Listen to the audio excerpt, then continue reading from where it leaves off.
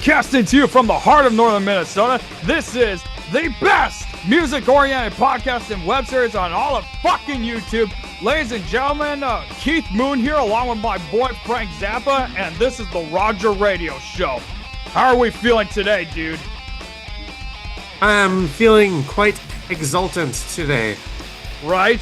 And dude, I'm telling you, man, I cannot control my fucking excitement right now. I'm getting a hard-on right now because today's podcast is going to be what I call the Super Show, because today is the day we're going to get to talk about music supergroups, so fuckers. Hell yeah. Cheers to that, bro. We are here to start a great weekend. Cheers. Ah.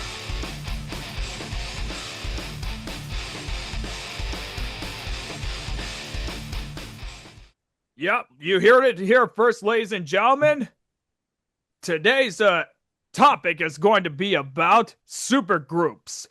And before we get started into the subject, the question of the podcast obviously is going to be, who is the most influential supergroup to ever be formed? Emerson, Lake and Palmer. Oh, your boys ELP. Can you please tell us why? Well, they were definitely the most influential on the progressive rock category. But I feel like out of just about the only other progressive rock group that was nearly influential as that, maybe even a little bit more influential, would be King Crimson. But those are probably the two most influential supergroups are King Crimson and Emerson, Lake and Palmer. Yeah, well, here's the thing. King Crimson were not considered a supergroup at all. Yeah. They were but they had members who ended up joining supergroups, which we will get into.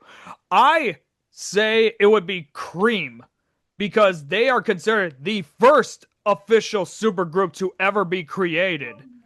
And there is one guy who would know about what being in a supergroup is, and we will get to him soon. So, ladies and gentlemen, we obviously know who supergroups are. They are a group that are formed from members who were already successful as either solo artists or members of other successful groups, like you said in your part. Two guys who we know from King Crimson who ended up joining some of these supergroups. Basically, the term became popular in the late 1960s when members of already successful rock groups recorded albums together, after which they would normally disband. They basically would be bands who these supergroups obviously would.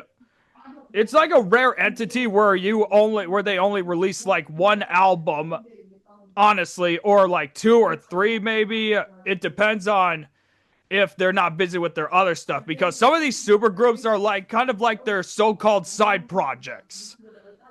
Yeah. So it says here the first supergroup was from 1960, and that band is the Four Seasons, which I have honestly never heard of before. Yeah, that's the one thing. Is like we are obviously on a Wikipedia page, but the reason why I say Cream is the first supergroup is because I believe this is the one band where they pretty much were already more successful than probably some of these guys, because there were already like two bands that had already formed previously who were the Four Seasons, like you said. But and then there was also Steam Packet also. Now, obviously, while supergroups are often... I can hear G Money. Does he have his door shut by any chance right now? I think he does. Oh, okay. So, obviously, with the supergroups, while they are considered like great stuff that everyone looks forward to, especially when you have like some of your favorite musicians join forces or whatnot, they often had their fair share of criticisms, and I'll explain why. The very definition of a supergroup hinges on the members already having been successful. This itself is a subjective term through metrics such as career earnings, records sold, number of commercial hit songs written, and musician longevity can all be used to establish the objective success of a musical band and its individual members. Tyler Golson in Far Out writes that today the term supergroup has something of a negative connotation. It usually Really? signifies a short term vanity project that attempts to profit off members' reputations with their past works. Now, Depends on the supergroup though, because there are some supergroups that are striving to make really good music. I'm yes, sure there are some that were as was just described, just in it for the money, but all of the supergroups I like to listen to, they were in it to make art. yeah, exactly. And that's the one thing is like when it comes to like progressive rock supergroups, they have been known to really get together to make magic. And we have seen that with Emerson, Lake and Palmer. And there's also another band who I'm sure you will get into soon, who you really like, who you got me into. And just for the Yep. record, one of those guys was from Dream Theater. Hmm. Yeah.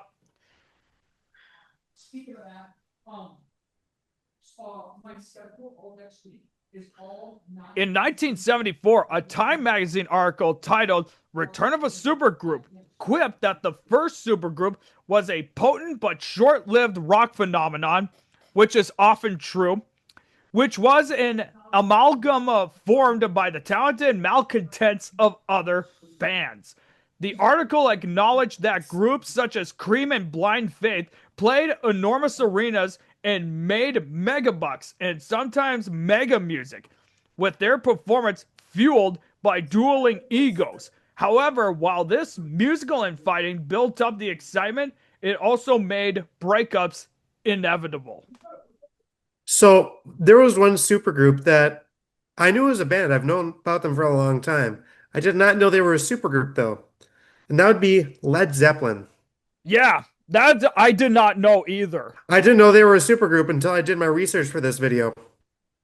Yeah, I mean, and even then, like, remember Led Zeppelin? Well, we all seen how they ended up, and with them, it wasn't about egos or anything like that. They were in it to make music, and Yes. and they had really good chemistry too. I mean, hell, they never had a single original member get removed or quit or anything like that.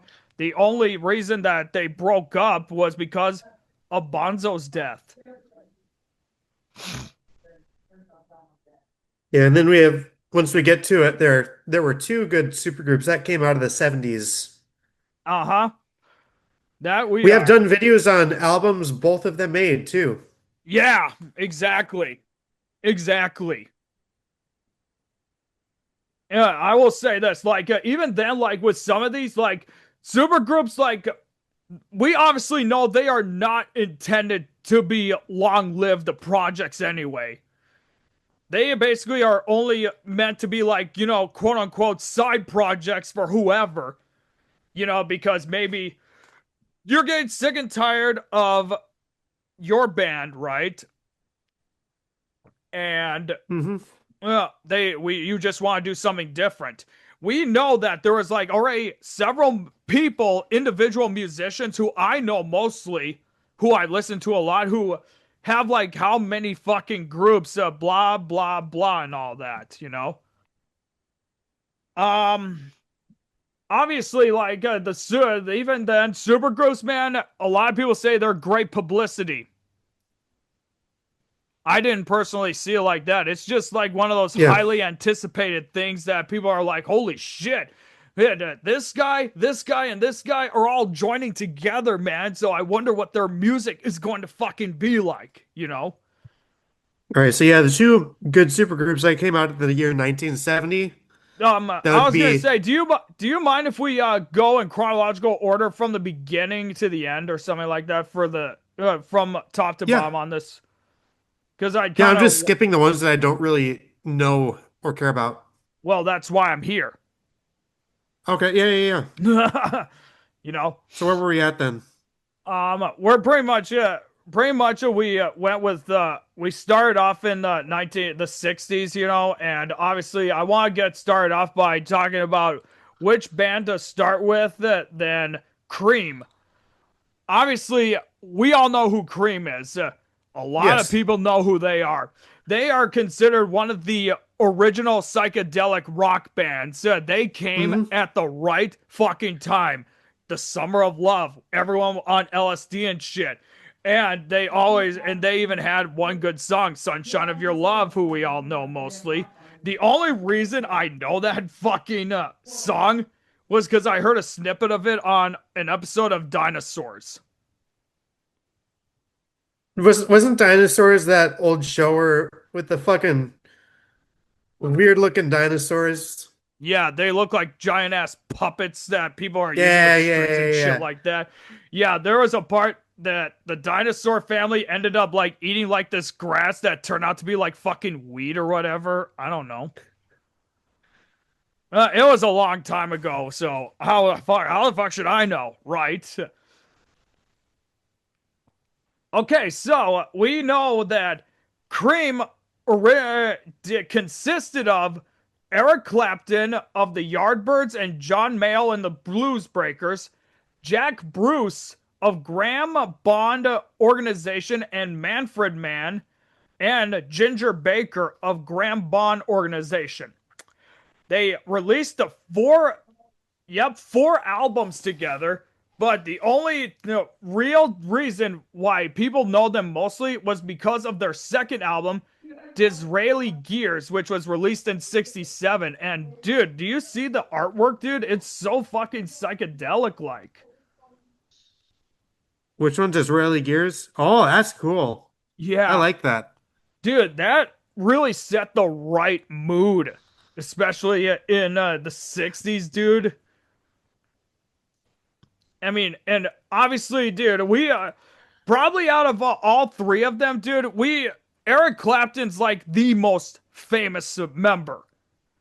Back then, he was just building up a cult following, but he had enough clout to really get his name out there. And we seen what happened in the next few years that would come up. And there was two other super groups who are included in this, who we are going to discuss that Clapton, of course, was in. We will get to that soon. All right, so the next group coming up is the Soul Clan, who are basically consisted of some of the all-time greatest blues musicians, including Solomon Burke, Otis Redding, Wilson Pickett, Don Covey, and Joe Tex. And then there was two other members who replaced two of the members, which was Arthur Conley and Ben E. King. I obviously never heard of them. I think they were just like only one of those really small time things. They got together for like a couple months, did some live shows or whatever, and then that's it.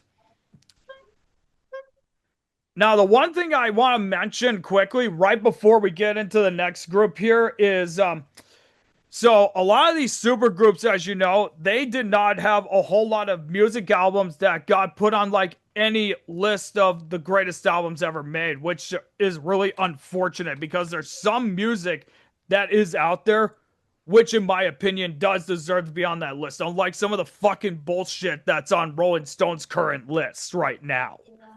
Yeah. So on to 1968. Yep. We got Crosby, Stills, Nash, and Young. Yep. And they do have a album that's actually on that list, as a matter of fact, for the greatest albums of all time, which I want to get into in a minute. But so this band, they are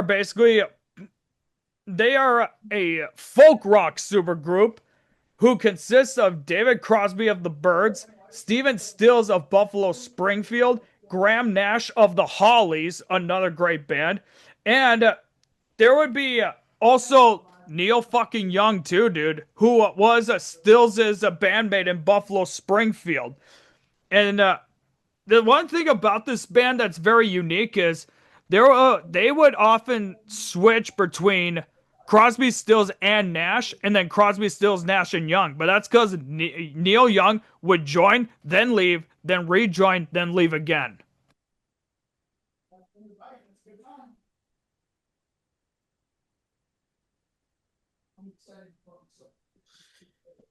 Then we got Hang on a second. Honeycomb. Up. Oh, No, I wasn't done yet. No, so obviously, Crosby, Stills, Nash, and Young, they've been around for I don't even know how many years. They've been around so many fucking years, dude. They have one album that is included on the all-time greatest albums list, and that is Deja Vu, which is without a doubt their magnum opus right there. It had probably among one of my all-time most favorite songs, Woodstock, which they actually did perform at. Or I actually can't remember if they did perform there or not. I want to take a look.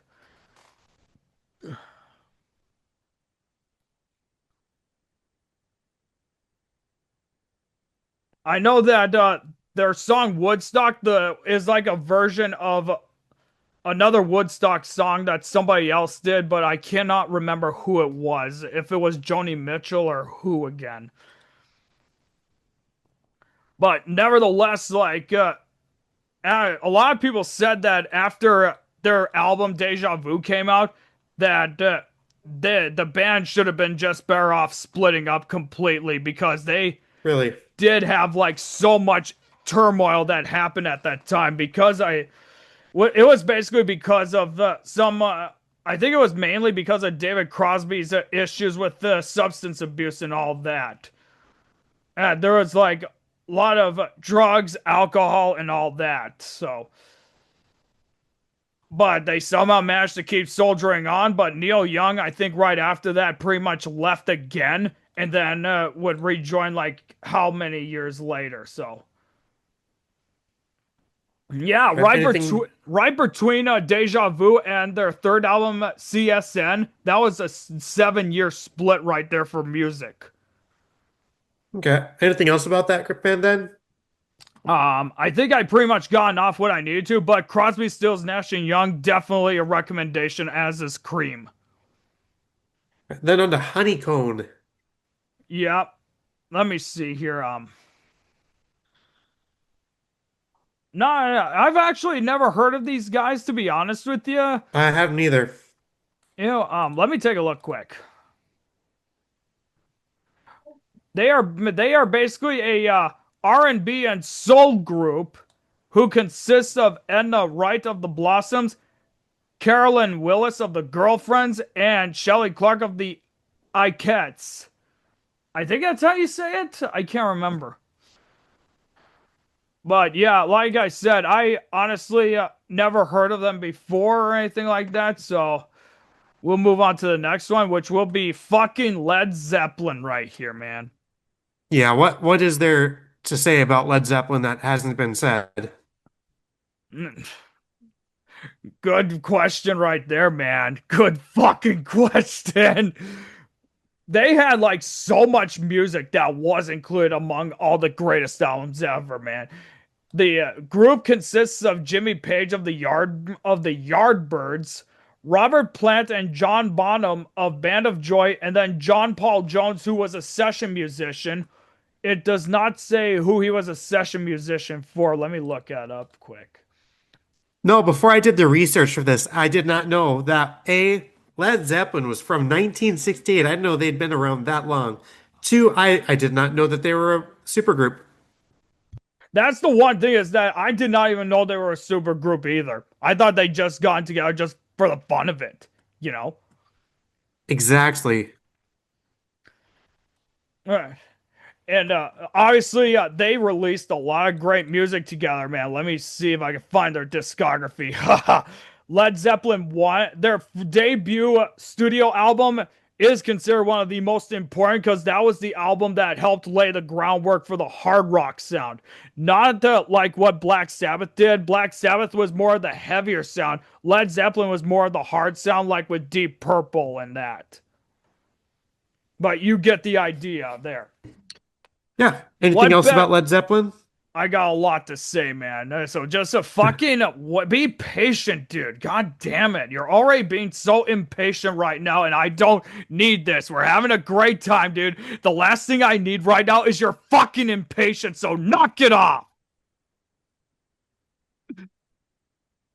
But nevertheless, Led Zeppelin one, dude. They're fucking, dude. The fucking album cover for this. Do you know what that is? I'm gonna let you look it up right now.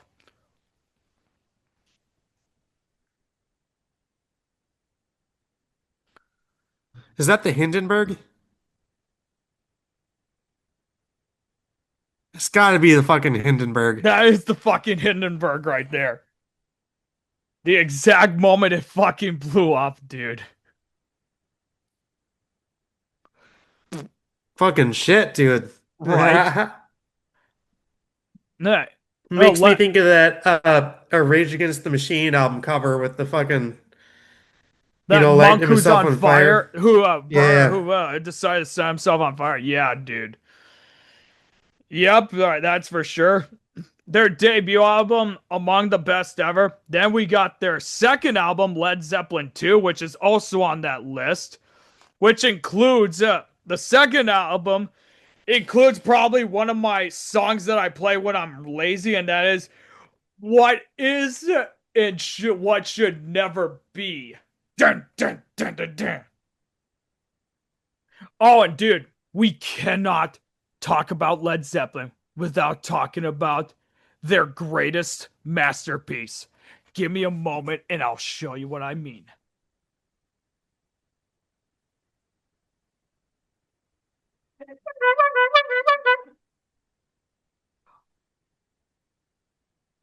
I actually literally heard that, and if you play it, do that again, I'm gonna ram it up your fucking ass.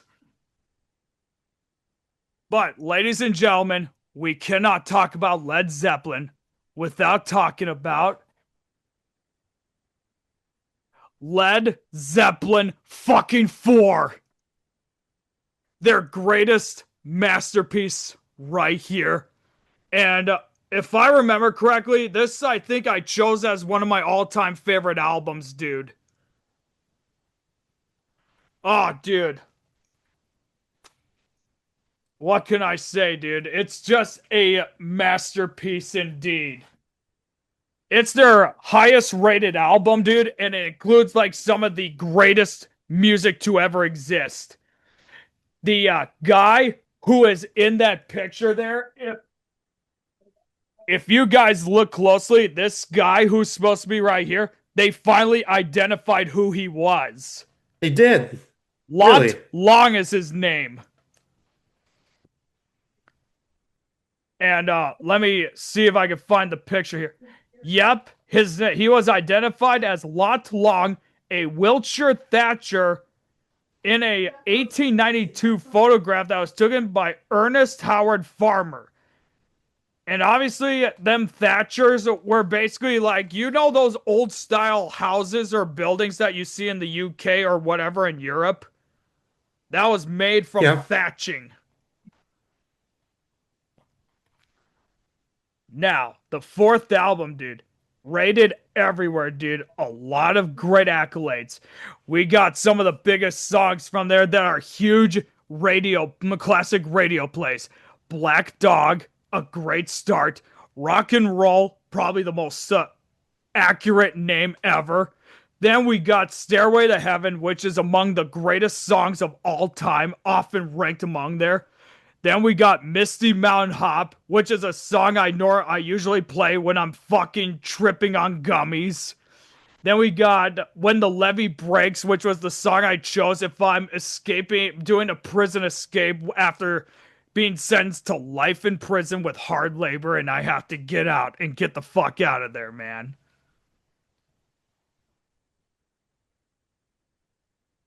And we obviously got a few more albums that even, so to my surprise, actually have album names. But the bottom line is, ladies and gentlemen, the band still had so much more they could do, but it all came to an end tragically because of a tragic passing that happened. Let me see if I can find it. Of a tragic Because of a tragic passing that happened on September 25th, 1980, and that was the death of one of, if not the greatest drummer to ever live, John Bonham. And he went out as a rock and roller, dude. He had 40, he had the equivalent of 40 shots of vodka.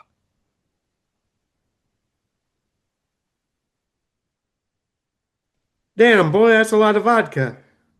Yeah, I don't even drink that much, and I drink a lot. them rock and rollers back then, dude, they went the far. And dude, the one scary coincidence about this right here, dude, he was the same age that Keith Moon was when he died. 32 Really? years old. So they weren't from the 27-year club, huh? Surprisingly, they are not. Even then, dude, I still wonder if Bonham and Moon ever crossed paths. Actually, I take that back. They did actually cross paths, but that was really, really early on in their careers. And I think there was Keith Moon who suggested like what they should use for the band name. Either him or John Entwistle, both of the who were hanging out with John Bonham and I think it was John Paul Jones or Robert Plant, if I remember correctly. But nevertheless, man, the passing of John Bonham, Led Zeppelin decided it was over. They couldn't continue without him. And who could blame them? Would you be wanting to continue on if you lose one of your original band members? I can't hear you, dude. Sorry. Yeah, I would actually. I'd find someone to replace them with that has equal or better talent than them. Right? Because I want to keep making music. I want to stop making music just because someone passes away. I will dedicate a song to them, but I'm not going to stop making my music. Yeah. Sorry, I'm just muting my mic whenever I'm not talking so you don't have to listen to him. Yeah, but it seems that you're probably going to end up forgetting about it, dude. So, I don't know. But yeah, just wait for my signal, like when you need to start talking, so that way we don't accidentally like Okay. and all that. Yeah. So Yeah. So, anything else about Led Zeppelin? nope, I am good on them. All right. Blind Faith. That's next. I consider Scott them Eric. I consider them like 2.0 of Cream because right after Cream split up, Eric Clapton and Ginger Baker both joined forces once again to join Blind Faith. And dude, guess who they had in that group? Steve Winwood.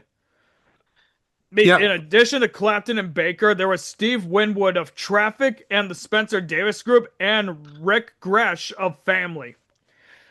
And they've only released one album, And what is that? just simply titled Blind Faith. Hmm. And of course, the fucking album cover is of controversy, too.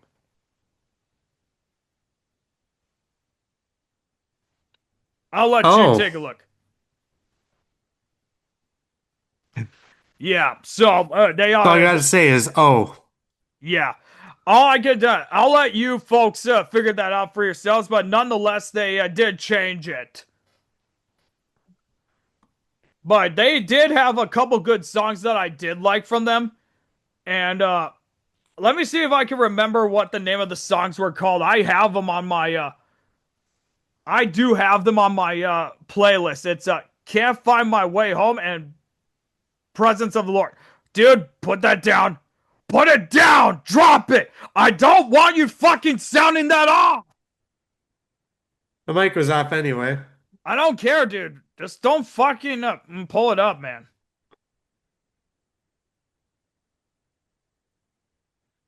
I really don't have much else to say about Blind Faith, to be honest with you. I don't either. They were basically a really short-lived group. So, All right. Yeah, next is Cactus. Do you have anything to say about Cactus? No, but there's actually two guys who are in this group who are the subject of one super group I want to talk about down the road, who we will get into. So, Okay, we'll get into that later. yeah. There's also Ginger Baker's Air Force, which was his group that he did with Steve Winwood and Rick Gresh. And he also did the same thing. He included in the group was Graham Bond of Graham Bond Organization and Danny Lane of the Moody Blues. I do like the Moody Blues. The Moody Blues is really good. Right? Yeah. I only figured out about them was by going to fucking clock out and talking to some old dude. And he got me to listen to the Moody Blues, and I liked the I Moody Blues. I already knew who the Moody Blues were, so. All right, the next group here is Grand Funk Railroad, and obviously we all know who Grand Funk Railroad is. I did not even know they were a super group, honestly. Just like with Led Zeppelin, I didn't either. I did not know they were a super group. They include Mark Farner of Terry Knight in the Pack and his bandmate Don Brewer, and then we have Mel Schrasher or or I can't remember that's how it sounds.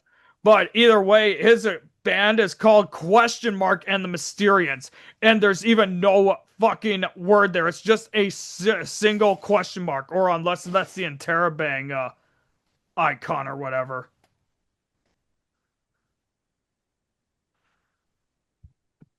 Alrighty. Next group that I want to talk about is Humble Pie. And I already knew who they were. I already knew they were a super group because there was this Watch Mojo video that I watched a while back who is about Yep. the top biggest super groups to ever be made, and Humble Pie was among them. They include Steve Marriott of Small Faces, Peter Frampton of The Herd, Greg Ridley of Spooky Tooth, Clem Clemson of Coliseum, and Jerry Shirley of Apostolic Intervention. The bet I mostly know their Apostolic. well, what? Yeah, thank you very much, man. Yeah. The only song that I've listened to from them is 30 Days in the Hole. And the only reason I I know haven't that listened to song, anything by Humble the Pie. only reason I know that song is mainly because they played that for a little bit on an episode of my favorite TV show, My Name is Earl. All right. And then we get to the 1970s.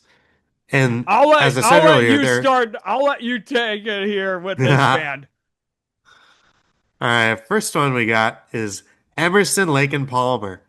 Boy, do I fucking love Emerson, Lake, and motherfucking Palmer. Yeah. Uh, Not let's see. only So not only that, but who are the members? Keith Emerson from The Nice, which I've never really listened to. Greg Lake, who was from a band called The Gods, and was also from King Crimson, one of my favorite bands of all time.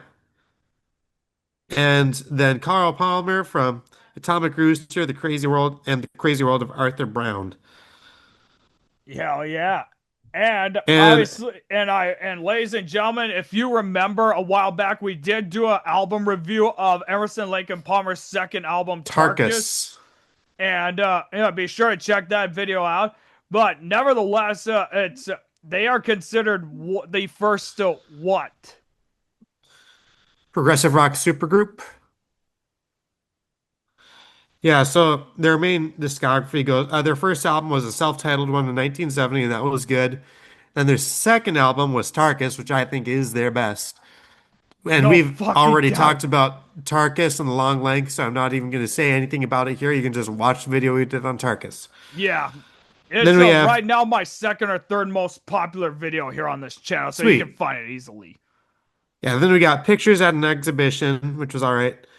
Trilogy is pretty good too. Brain Salad Surgery, I'd say is probably their second best album. I do really like Carnival 9, and they also had some other good songs on that album. Yeah. Then they had Works Volume 1 and Works Volume 2. Works Volume 1 was better than Works Volume 2. And it I has some have not interesting listened to the instrumental. second one. I tried listening to it, but it really wasn't that good. Yeah. But Works 1 was really good. They had some really good instrumental bits on there and some they had an instrumental version of part of Igor Stravinsky's Rite of Spring, which I really liked. And then they have Love Beach, which is kind of meh. Then Black Moon, which is also kind of meh. And then In the Hot Seat, which is also kind of meh. In my honest opinion, right here, dude, like they should have just stopped right after, well, even Works Volume One, honestly, because I felt I that agree. everything was downhill from them for there. And It not really only that, was. but not only that, but Carl Palmer ended up leaving in, I think it was 1980 or 81 or something like that, or they kind of split it up, and then Paul Palmer pretty much fully left to join another band that we will be talking about soon. And so they should have been better off just not reuniting it and making any more music. They should have just left it how it was. Tragically, ladies and gentlemen, Carl Palmer is the only surviving member left because Yep.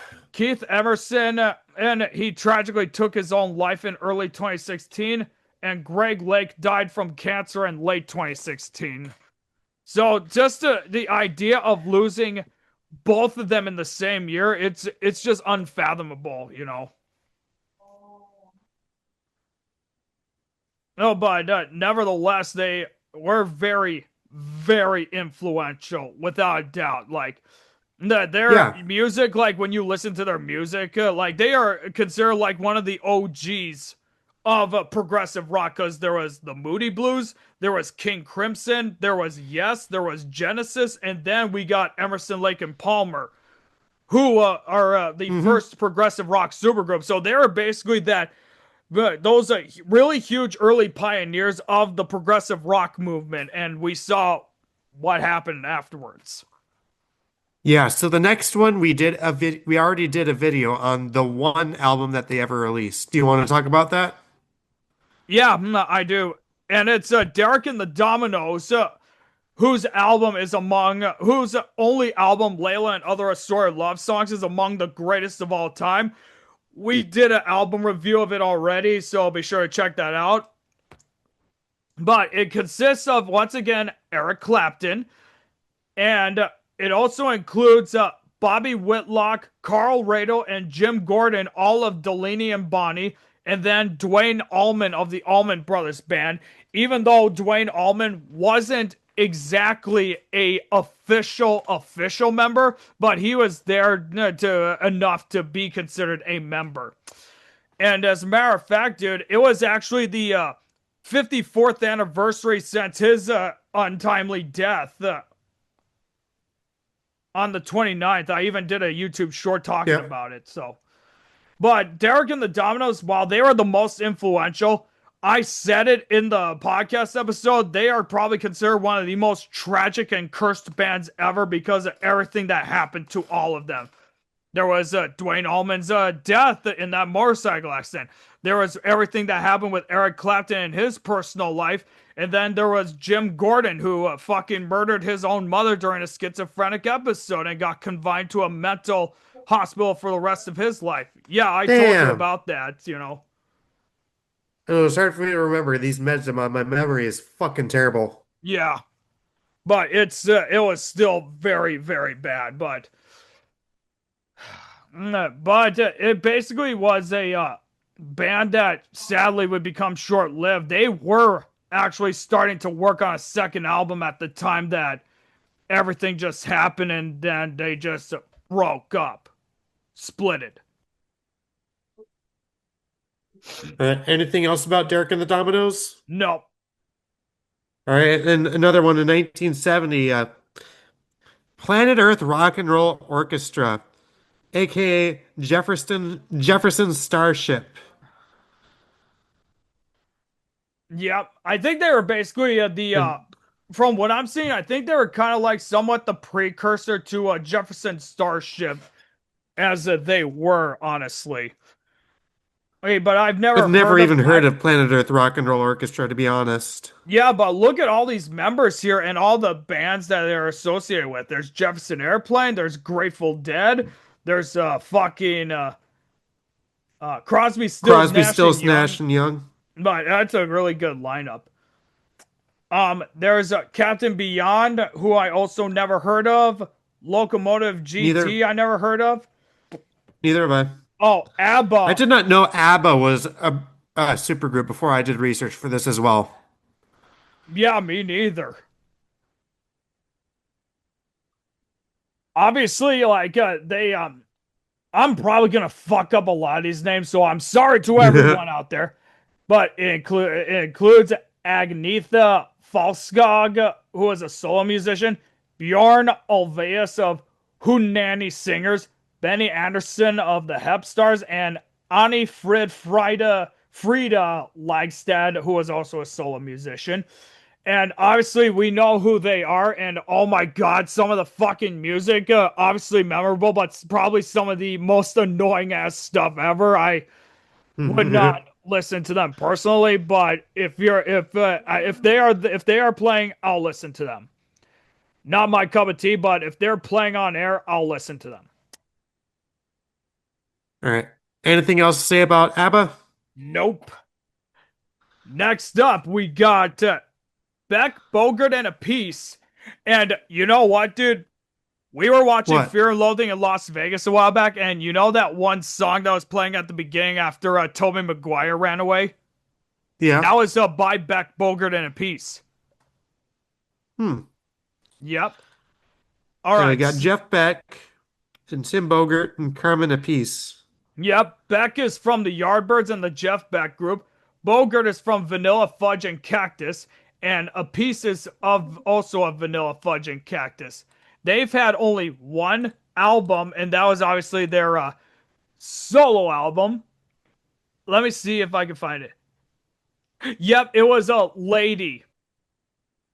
No, it was called Lady, is what we were hearing on Fear and Loathing in Las Vegas. Okay. And then All there was right. also a Superstition. That's another great tune there as well.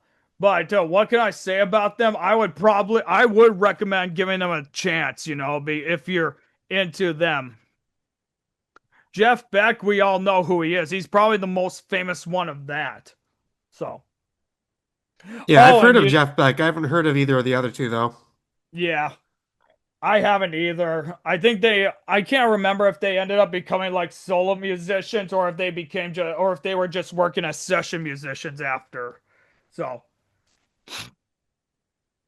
okay, so the next group we got is Wes, Bruce, and Lang. Never heard of them. Me neither. 10cc, I never heard of. The Eagles, I did not even know they were a super group either.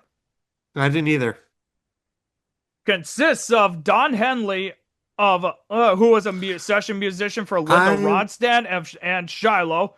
Also, Glenn Frey, who was a session musician for Linda Ronstadt and who was on Long Branch Penny Whistle.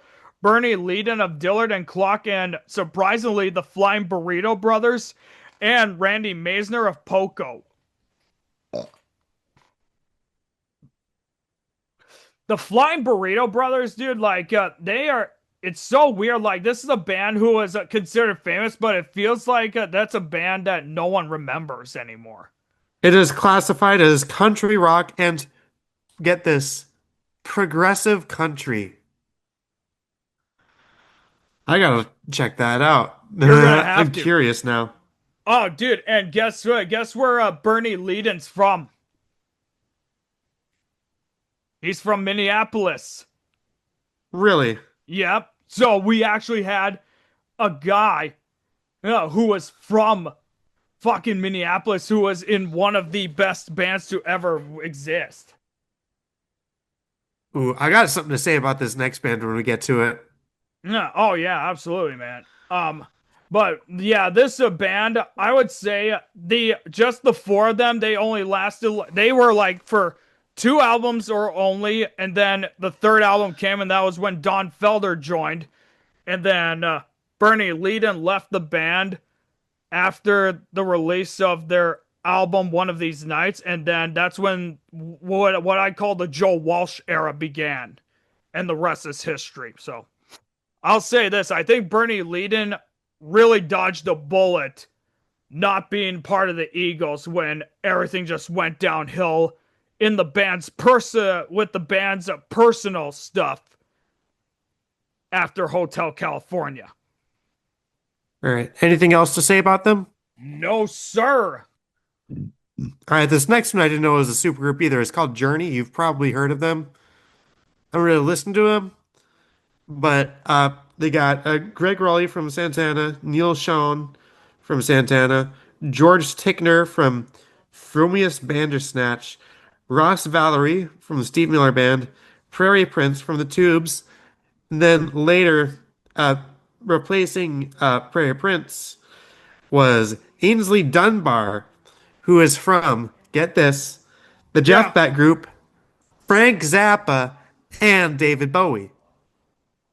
So you're telling me that he wasn't able to try and bring that weirdness that your fucking boy was doing and couldn't bring that weird ass shit to Journey?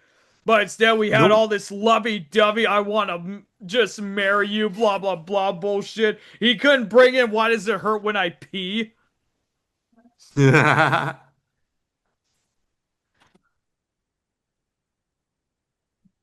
ain't got nothing to say about him. Fuck him. That's all I got to say about Journey. I just thought it was interesting that they had someone who worked for both Frank Zappa and David Bowie. I thought that was really cool. Right? Yeah. Oh, the next band we got here, they are going to be inducted into the Rock and Roll Hall of Fame next week, man. And Nice. who are they? Bad Company. Dude, I was just listening to Bad Company early, dude, and oh my god, dude. What can you say about them? They are among the biggest super groups ever, dude. We have Paul Rogers of Free, Mick Ralphs of Mott the Hoople, Boz Burrell of King Crimson, and Simon Kirk also of Free. Hell yeah.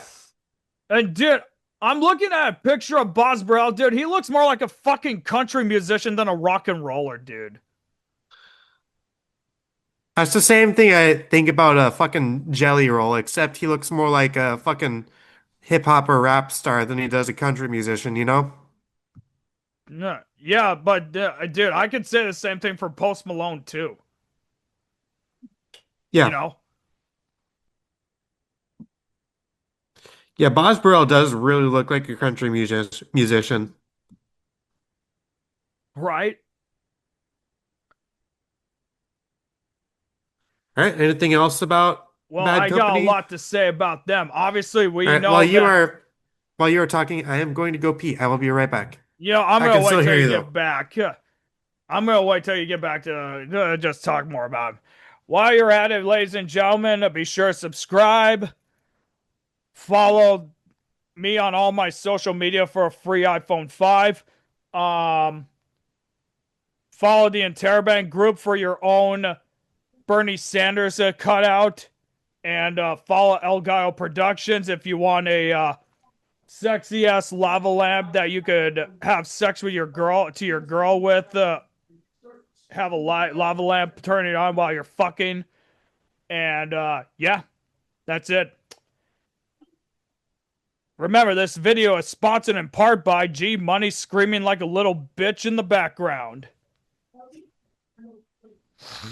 Ugh.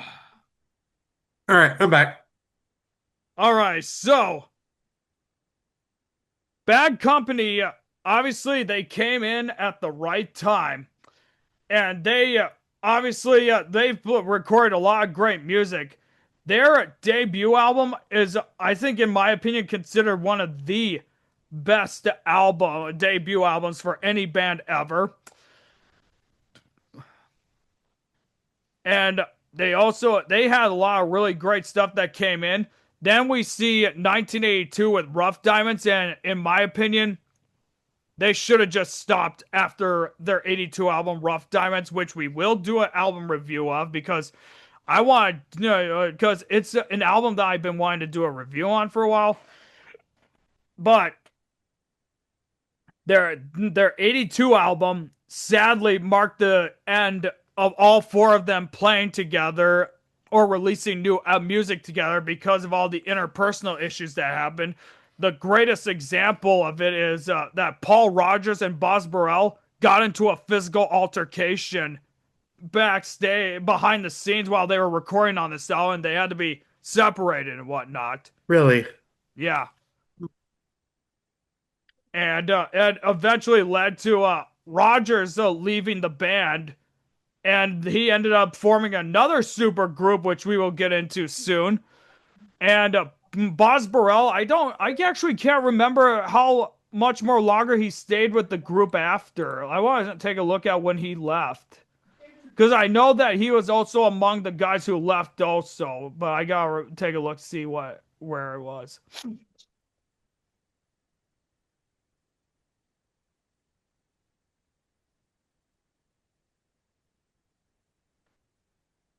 Oh yeah. He pretty much left after Rough Diamonds was released, and it wasn't until 1998 that he returned along with Rogers for a reunion tour. And they ended up releasing 4 new songs for a compilation they released. And Burrell once again left the band in '99. I know, while the rest of the band did like their reunion tours with whoever else. So, and I did not even, and I completely forgotten about this, but yeah, Boz Burrell, he died in 2006. Shit, really? Yeah, I completely forgotten about that. I spaced on it. He was at music rehearsals in Spain with like a other musician who he was supporting, and he had a heart attack at the rehearsals, literally. And then with Mick Ralphs recently passing away right after the band was announced to be inducted into the Hall of Fame, Paul Rogers and Simon Kirke are the only original members left.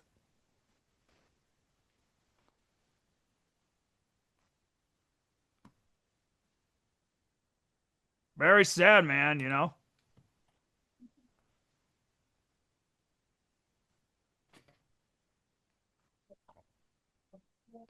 Sorry. Yeah, I was just like, yeah, I'm just waiting to. I was just watching it and I was waiting to see Hmm. if the camera was gonna glitch and it was gonna be like, what is that one fucking horror movie where they were just doing like fucking Zoom calls or Skype calls or whatever and it just ends I know, but I bad? know what you're talking about. Yeah, I thought something like that was gonna happen, Hmm. honestly.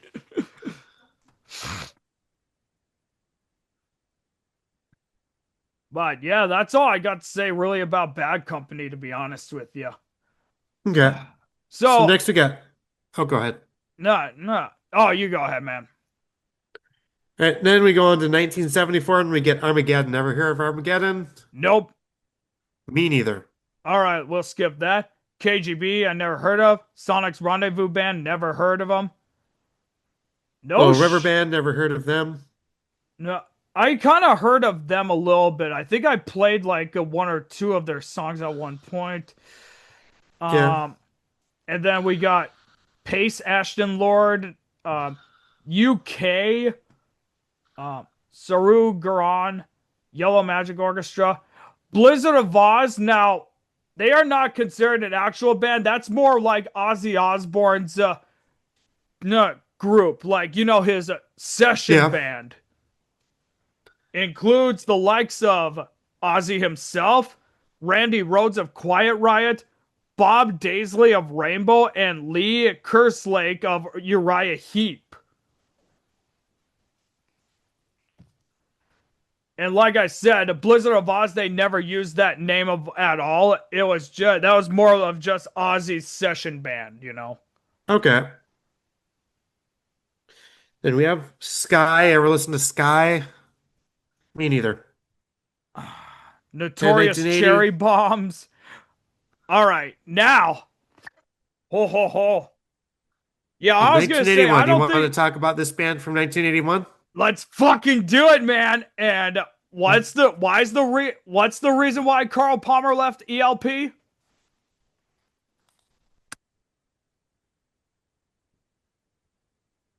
To join Asia? Yep. Now, dude, this band right here, dude. John Wetton of King Crimson, Steve Howe of Yes, Carl Palmer, and Jeff Downs also of Yes. But dude, you want to know something else here? And I'm gonna say this right now. They should have had another member in this group who was from Genesis. Yeah, that'd be cool. If they would have had a member from Genesis in Asia at the same time as these four, dude, could you just imagine how much more production would be going on? Hmm. Now, this is probably the most, I think, aside from one band who I consider the most star studded group ever, Asia, in my opinion, is the most star studded progressive rock supergroup ever. Because all of these guys, all four of these guys, they already had enough clout Yep. to really do what they did.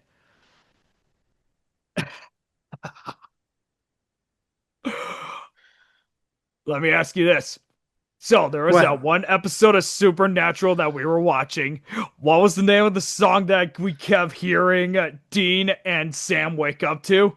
And don't sing it, Heat just of the say the moment. name. Heat of the moment. Rise and shine, Sammy! Dude, Asia? Come on, you love this song and you know it.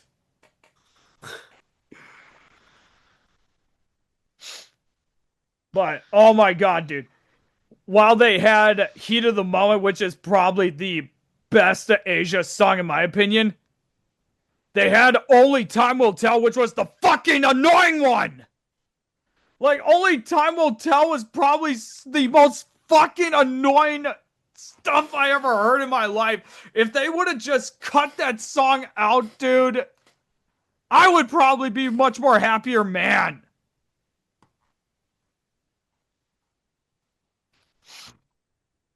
I want to take a look and see like how long the original lineup stayed together before they split up.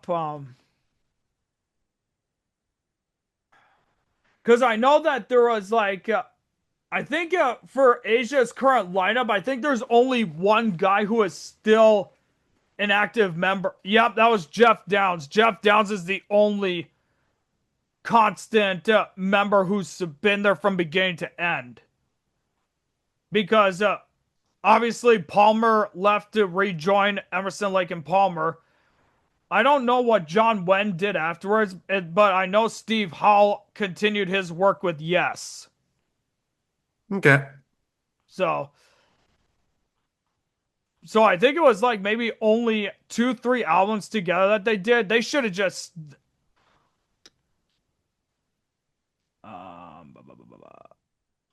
Yep, it was Asia, Alpha, and Astra was the only albums that had all three of them, all four of the original members, and they should have just stopped after Astra because I feel that continuing with no other original members just really hurt them.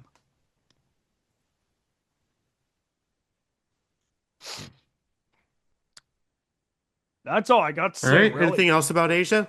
No, Next is BLT, which I've never heard of. neither is Then New after Race. BLT, yeah. Lords of the New Church, never heard of. Kukul, I don't know. I thought it would say Cuck. This This Mortal Mortal Coil, Coil, never heard of. Alcatraz with two Z's. Alcatraz. Hager, Sean, Aronson, Shreve, never heard of them. Ah, the next one I have heard of, and that is The Firm. And this was the next super group that Paul Rogers was in after he left Bad Company. And dude, he was joined alongside with Jimmy Page of Led Zeppelin. Really? Nice. Yeah. In addition to that, there was also Tony Franklin of Whitesnake and Chris Slade of Manfred Mann's Earth Band, and who would later join AC/DC. And dude, this here is another really good band too, man. I did not expect the members. No, well, I knew Paul Rogers would be in it, but I did not expect Jimmy Page to be in it. they've released only two albums, and I think, in my opinion, Mean Business, I think would I well, it didn't achieve as much success, but there was a really good song that I like from this album that is on that I listened to, and that's All the King's Horses. It's a really good song.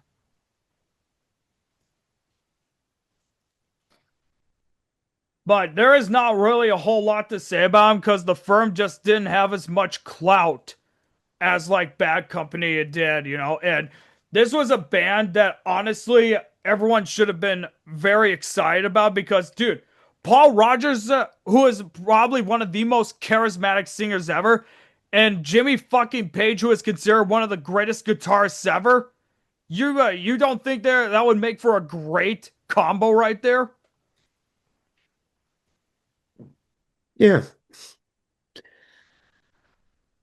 All I think. What do you say we take a break? I'm almost out of my beer. right, yeah, we can take a quick break. All right. Ladies and gentlemen, we are going to take a quick short break. And while you're at it, smoke them if you got them, drink them if you got them, and masturbate if you have to. We will be right back. Do not go anywhere.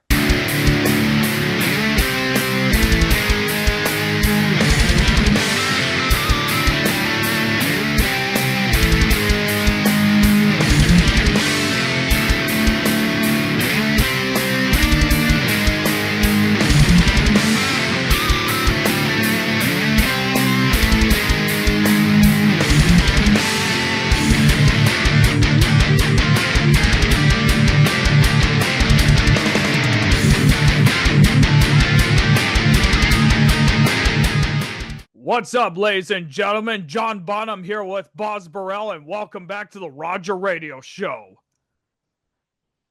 You all lock and loaded? Yep.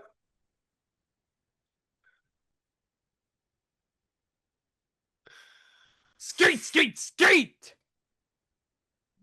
People, I know a lot of you are just like, Roger seems like a nice guy. You think I'm nice, man? Fuck that, son! I'm wild! I'm a nut job! I am just as crazy as John Bonzo Bonham and Keith Moon the fucking Loon Moon.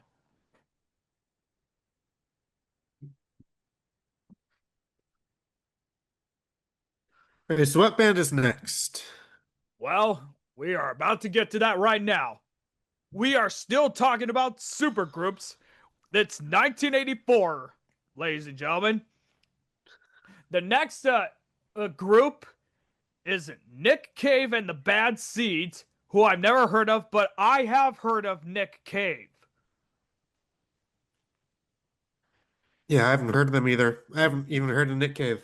Yeah, here's the thing. Like, I've heard of Nick Cave. I think he's supposed to be like kind of a folksy musician or something like that, but Yeah. I could be wrong about that. But his vocals, his lyrical stuff is like about lyrical obsessions with death, religion, love, and just like a whole lot of important topics that show the point of what really matters in this world, you know. Mm-hmm. So I don't think this band's on here, but there is one group that I actually do want to get into as like a honorable mention kind of thing, if I could find it. It's a band called the Honey Drippers, who Oh, are. there's another band that they missed on here that I want to talk about too. Oh, why don't you bring up your band quick and let me? Can you let us know what year they were? I think it was 1976. Let me check. Okay. Yeah, 1976. The group is called 801, 801. Oh yeah, I'm not. Yeah, they were an I English. remember. Yeah, they were an English experimental rock supergroup formed in London in 1976 for three live concerts by Phil Manzanera, uh, who is from Roxy Music and Quiet Sun. Brian Eno, we all know who Brian Eno is. Yep, he is. Bill McCormick, who's from Quiet Sun and Matching Mole. Francis Monkman, who is from Curved Air. Simon Phillips, who was from Judas Priest, Mike Oldfield, as well as Toto. Then Lloyd Watson, which doesn't say what he's from. Oh yeah. Oh yeah. Yep. I know who Simon Phillips is. I listen to a lot of Judas Priest and Mike Oldfield from fucking Toto. Huh? Okay. Or actually, Simon Phillips was the drummer for Toto. Also, I forgot. Never mind. But yeah, dude, we all know who they are. Brian Eno, like I said, Yeah. dude, he was in that one. He, I would say, like, Fripp and Eno, they're not a super group, but they are an iconic duo right there. And we all know who Robert Fripp is. He is the only constant original member of King Crimson. He's basically like fucking Lorne Michaels when it comes to SNL. He's a guy who's been there since the beginning of time and stays forever, while everyone else is see ya. All right. Yeah. 801 only ever released one studio album. It was called Listen Now. Yeah, yeah. You said that one of the albums from 801 was your all-time favorite. Was that 801 Live again or? Yes. Yes. It was Oh, okay. 801 Live. All right, yeah. There's not much else to say about 801. So on to you. All right. This band that I was going to talk about is the Honey Drippers, who were founded by Robert Plant. They only had released one EP, and that was it. Included in this group was Jimmy Page from Led Zeppelin, Jeff Beck, and other friends, including Ernest Chataway of Judas Priest. It also included, but not limited to, Nile Rodgers, who I know. And then, oh, dude, guess who they also had on this group too for the drums? Who? Paul Schaefer. Nice. He was the guy who was fucking David Letterman's musical sidekick on his late show night shows, dude. That's it's fucking amazing. But yeah, I've listened to the Honey Drippers and it's a shame that they didn't have a single official album. They just had an EP and that was it. And that was called the Honey Drippers Volume 1. So, All right. What's next? the Power Station, who I know, and I know who these guys are. Robert Palmer, Tony Thompson of Chick, and John and Andy Taylor, both of Duran Duran. And they are basically like Okay. a disco electric dance kind of band, you know. There ain't a whole lot to really say about them, but I think pretty much with the music genre they played and the name of the band, I think it all pretty much speaks for itself. Yeah. But I know who Robert Palmer is. I love his song Addicted to Love. And obviously, I know who Duran Duran is, dude. I mean, who Yeah. doesn't fucking know who Duran Duran is? Right? Yeah. Then we go on to 1985. Let me see here. Oh, yep. And we're starting with GTR. Okay. Oh, Never heard of. they did have someone from Genesis and Yes both on here. Steve Yeah. Howe was on this group and Steve Hackett of Genesis was also on here. Then Yeah. it also includes Jonathan Mover of Marillion and Max Bacon and Phil Spalding. Okay. Then we Just give me got Deep End. Yep, just give me a quick second. I gotta type some Okay. stuff in here quick. Okay, we're good. Deep End and ooh, there's a couple iconic names who are on here, and that is Pete Townsend of The Who and David Gilmour of Pink Floyd. I actually never expected anyone from The Who and Pink Floyd to team up on this. It pretty much says that they were just they were not a studio band. They were just more of a live band who would Okay. probably just get together and play music for like charities or raising money for stuff. Oh, ho, ho. This next one I could take from here, man. The next group, dude, we Yeah. got the Highwaymen. Probably the greatest country supergroup to ever form, dude. And obviously, they're probably the only country supergroup that I even know of. And it includes four of the all time greatest country artists to ever live. And it is but not limited to Johnny Cash, Waylon Jennings, Willie Nelson, and Chris Christopherson, the Outlaws. They actually did their own version of the movie Stagecoach in 1986. And oh my god, dude. Even I know there's a whole lot of people that love that want to give like their version of Stagecoach a lot of shit, dude, but I thought it was really good, you Yep. know? And there was even like one iconic shot that I seen that was around the end of the movie where all four of them were walking down the street together, dude. And God, dude, I don't even know how to put it into words with that scene. But probably a lot of my all-time favorite country songs are from not just from all four of these guys with their solo stuff, but my but the song Highwayman is among my top favorite songs ever.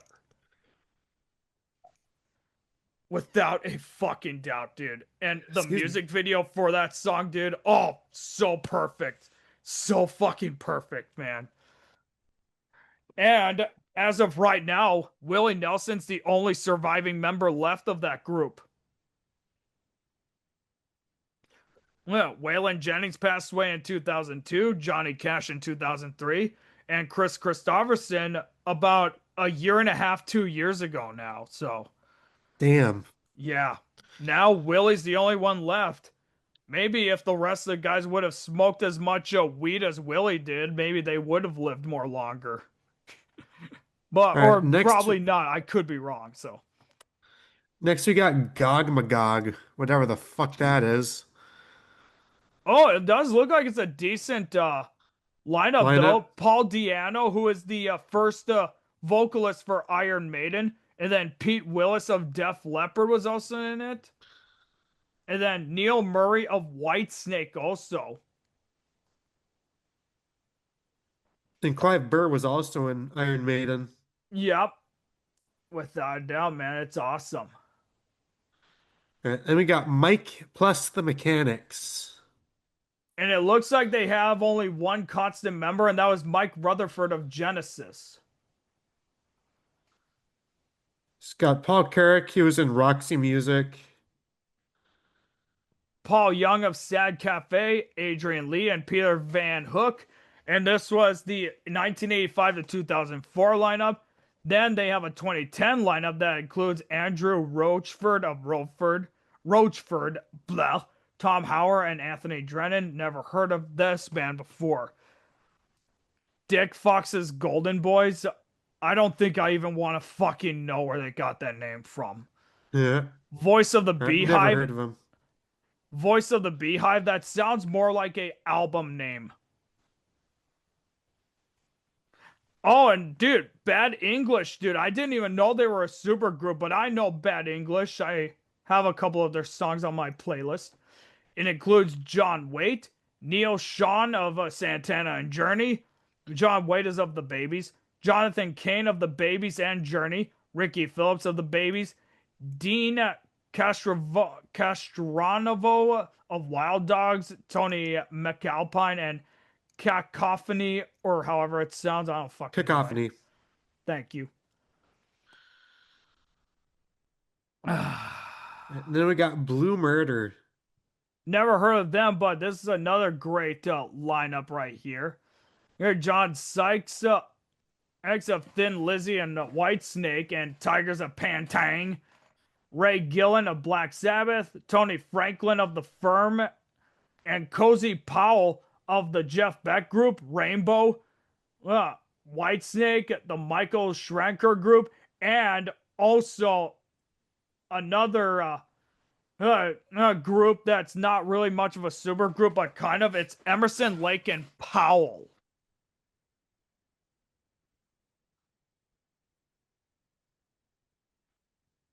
All right. Oh, and this looks like a really interesting one right here, dude. Trio, who includes Dolly Parton, Linda Ronstadt, and Emmylou Harris. I know who all three of them are, but I've All never right. heard of I this know about stuff. them. When we get to the next one, I want to talk about him. Okay. Yeah, go ahead. Okay, the next one is Tin Machine. So let's see. Let me pull up his discography here. So David Bowie here.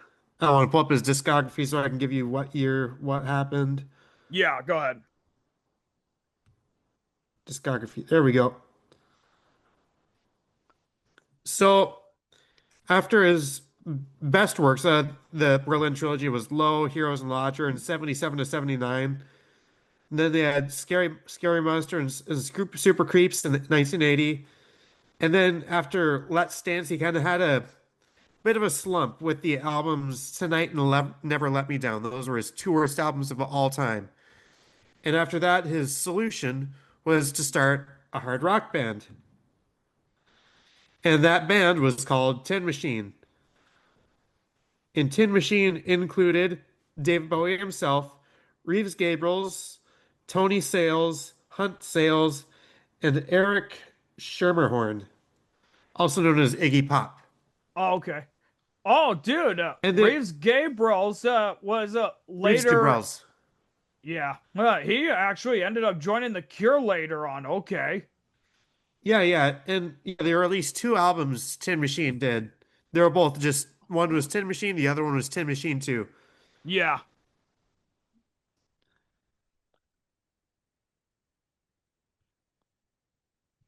And yeah, they were a pretty good band. There's not much more to say about it.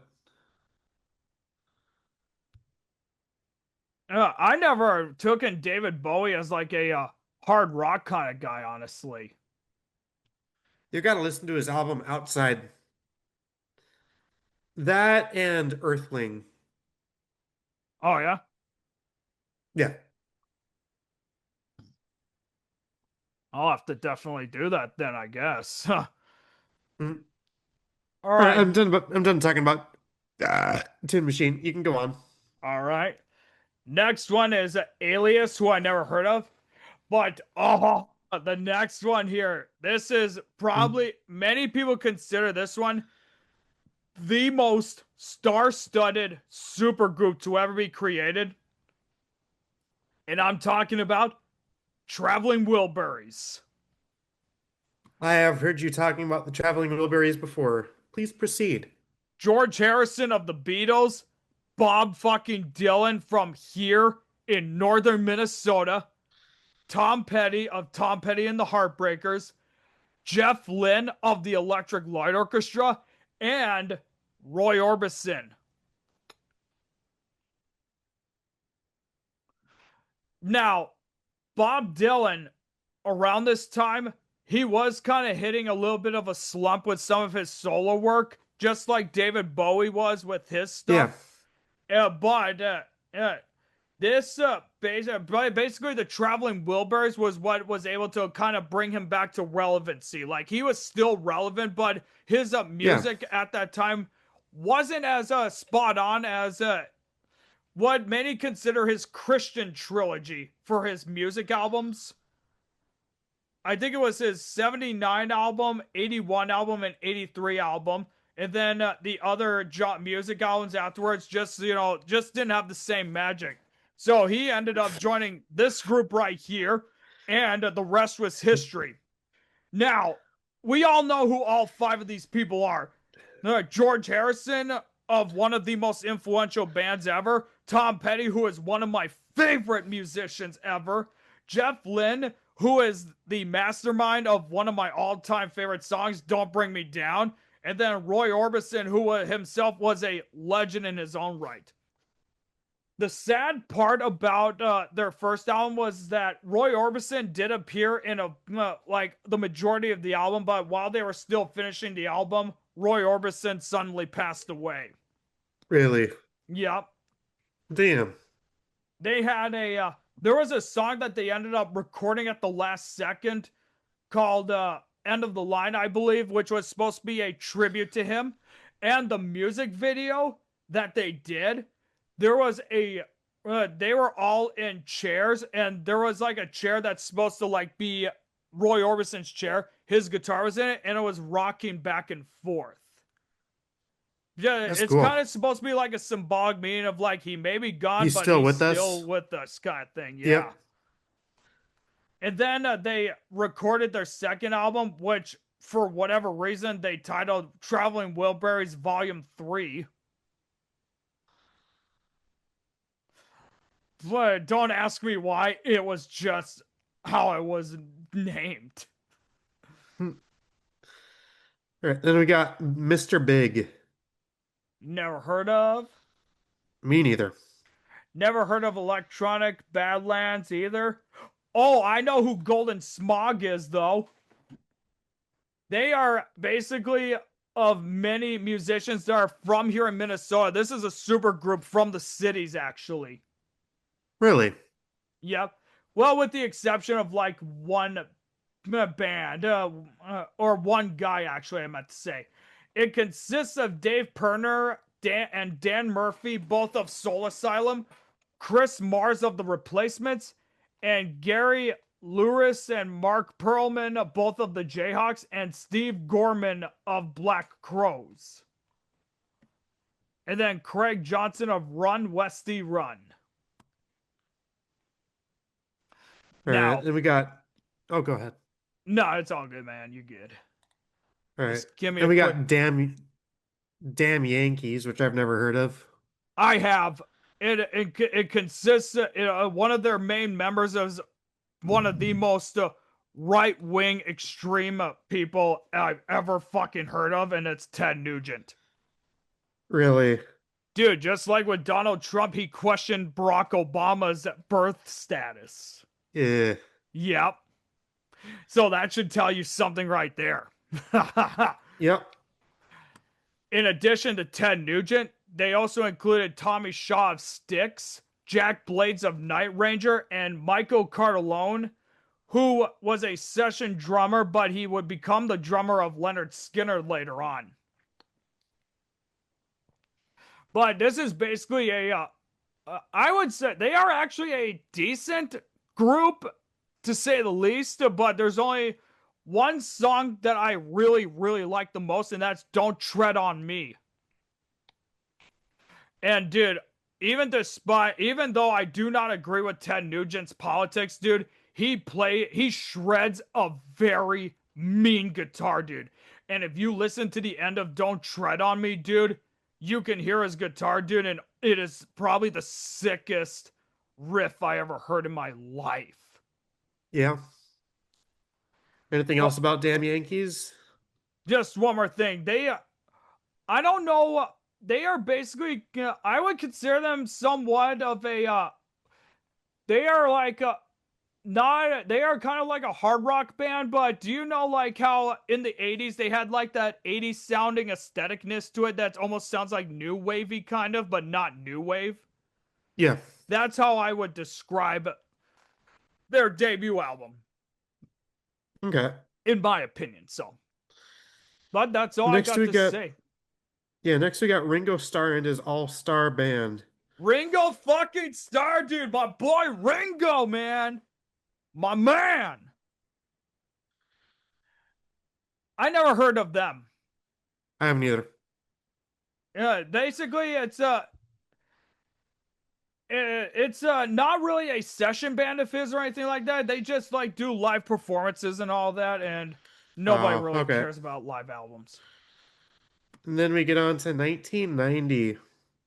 Yep. There's Belle Biv DeVoe, who Never heard of them. I have heard of them a little bit, and there's like I think only one song from them that I actually do listen to, and that's it. So they consist of Okay. Ricky Bell, Michael Bivins, and Ronnie DeVoe. You see what they did with the name again, just like with Beck Yep. Bogert in a piece. But of course, instead of Bivins, it's Biv. Then we got The Breeders, which I have also never heard of.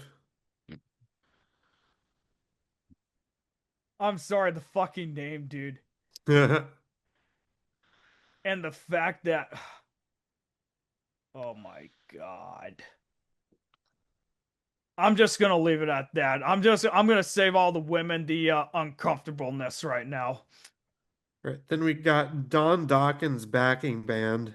which they released as a it was pretty much Don Dawkins's backup band or session band kind of thing. Yeah. No, there's Don Dokken of Dokken, who's a really great band I love. John Norum of Europe, Billy White of Watchtower, Peter Baltes of Accept, and Mickey D of King Diamond and Motorhead too, dude. Hell yeah. Fucking love Motorhead, dude. Fuck. Oh, and next up, dude, we got Temple of the Dog.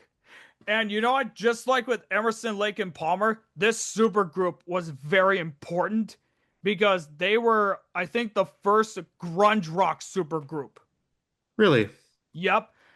And it's mainly because it consists of members who are from the grunge scene, but included but Yeah. not limited to Chris Cornell of Soundgarden and Audioslave, Stone Goussard of Green River, Mother Love Bone and Pearl Jam, Jeff Ament of Green River, Mother Love Bone and Pearl Jam, Matt Cameron of Soundgarden, Eddie Vedder of Pearl Jam, and Mike McCready of Pearl Jam.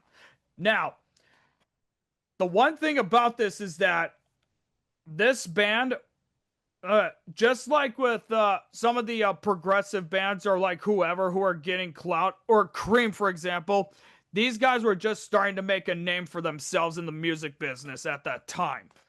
And it was Okay. actually, Temple of the Dog was actually founded by Chris Cornell as a tribute to his late mother Love Bone and Malfunction frontman Andrew Wood, who was a close friend of everyone who was in the band. This, in fact, preceded Pearl Jam, and the discovery of Eddie Vedder during these sessions led to the formation of Pearl Jam as a new group, and we've seen the success that Pearl Jam would end up having. They would release only one album, and yeah, the rest was history. We've seen what happened with everyone afterwards. I can literally see my cat walking around out there. She's probably All wanting to see me. right. Well, you can wait, you pussies. Then we got the three tenors, which we all know who the three tenors are. Oh, yeah. An operatic singing group. And if you're into opera, it's your cup of tea. I'm not Yeah. much of a opera guy, but, if we didn't have opera, dude, how would we have music, right? Yep. And we got Pigface. Ever hear of Pigface? Me neither. But some reason that name Pigface, it almost sounds like another enemy or villain that would be on the freaking Manhunt video games. Hmm. And I have both those fucking games as a matter of fact. All right. Then we got Texas Tornadoes. Dude, that already sounds like a killer name as it is. Hmm.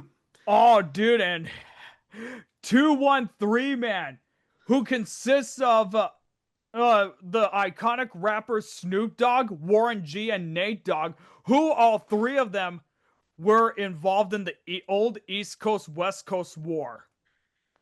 Yeah. And all three of them were representing Death Row, man, led by my boy Suge Knight. They would only release one hip hop album called The Hard Way.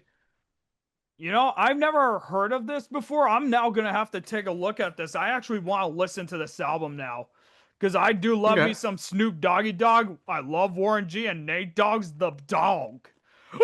Oh. All right.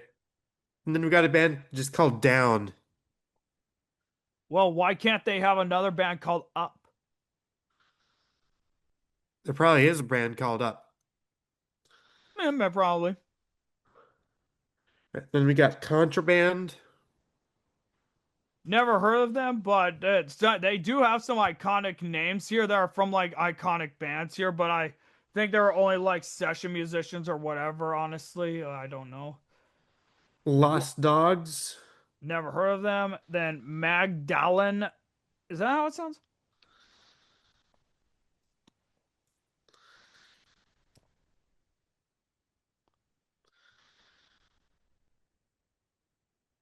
Then we got Tex, Don, and Charlie, who I've never heard of. Then Slash's Snake Pit, which was Never basically heard of them. created in the wake of the breakup of Guns N' Roses. Of course, it includes Slash, Matt Sorum of Guns N' Roses, Gilby Clarke of Guns N' Roses, Mike Inez of Alice in Chains and who played for Ozzy Osbourne, Eric Dover of Jellyfish, James Lomenzo of Pride and Glory and White Lion, and Brian Tichy of Pride and Glory. That was from 93 to 95. Then in 98 to 2002, there's Johnny Griperick of Slash's Blues Ball, Rod Jackson, Ryan Roxy of Alice Cooper, Matt Log of Alice Cooper and Venice, and Carrie Kelly of Big Bang Babies, Warrant, and Rat. Right. Then we got Voodoo Cult. Never heard of them, honestly. Me neither. Or Blackthorn, or Boot Camp Click, or BBM, which is Bruce Baker Moore. But they do have Jack Bruce and Ginger Baker on here. Mad Season, that includes Lane Staley of Alice in Chains, Mike McCready of Pearl Jam, Barrett Martin of Skinyard and Screaming Trees, and John Baker Saunders of the Walkabouts.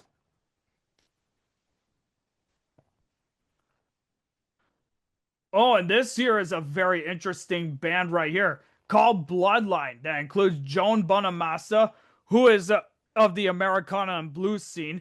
And then we got three men who are the sons of legendary musicians in their own right. Aaron Davis, the son of Miles Davis. Waylon Krieger, the son of Robbie Krieger of The Doors. Barry Oakley Jr., son of Barry Oakley of the Allman Brothers Band.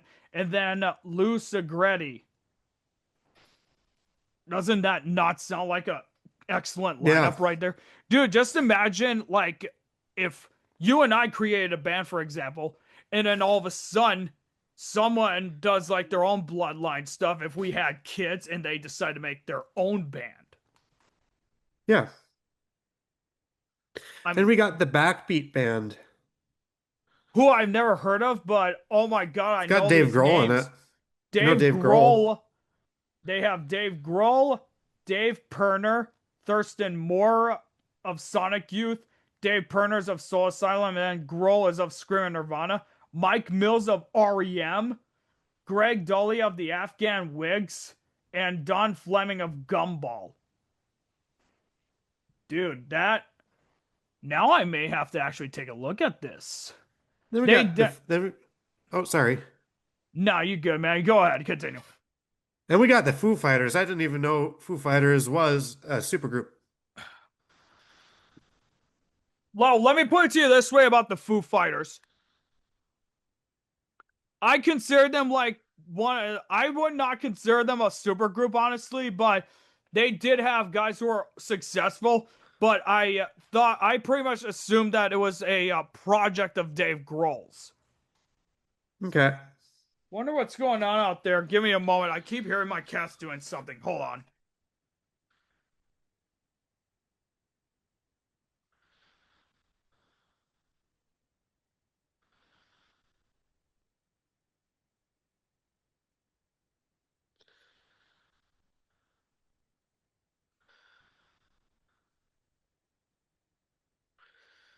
I think they're brain dead.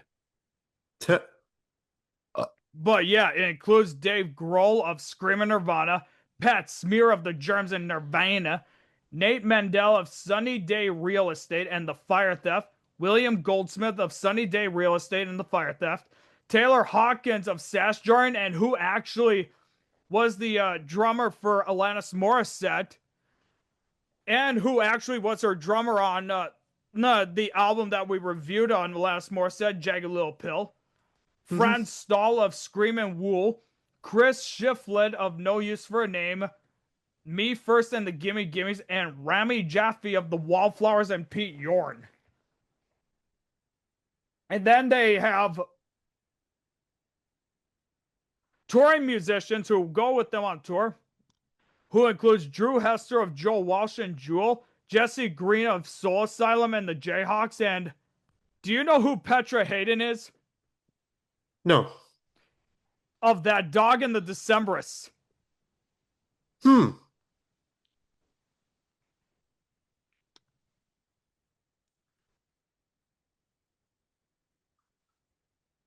I figured I'd let you know about that. So, oh, Let me check.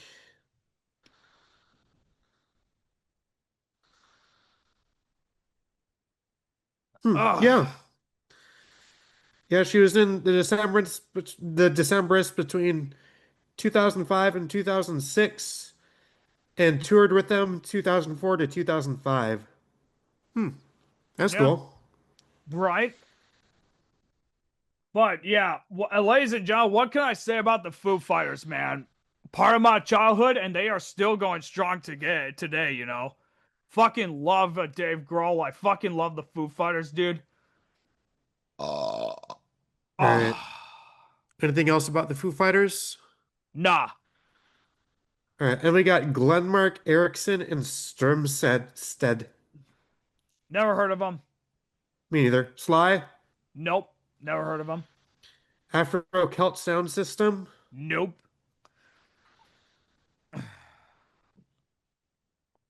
Never heard of Me First and the Gimme Gimmes. Never heard of Cork. Never heard of Neurotic Outsiders. Never heard of Left Out.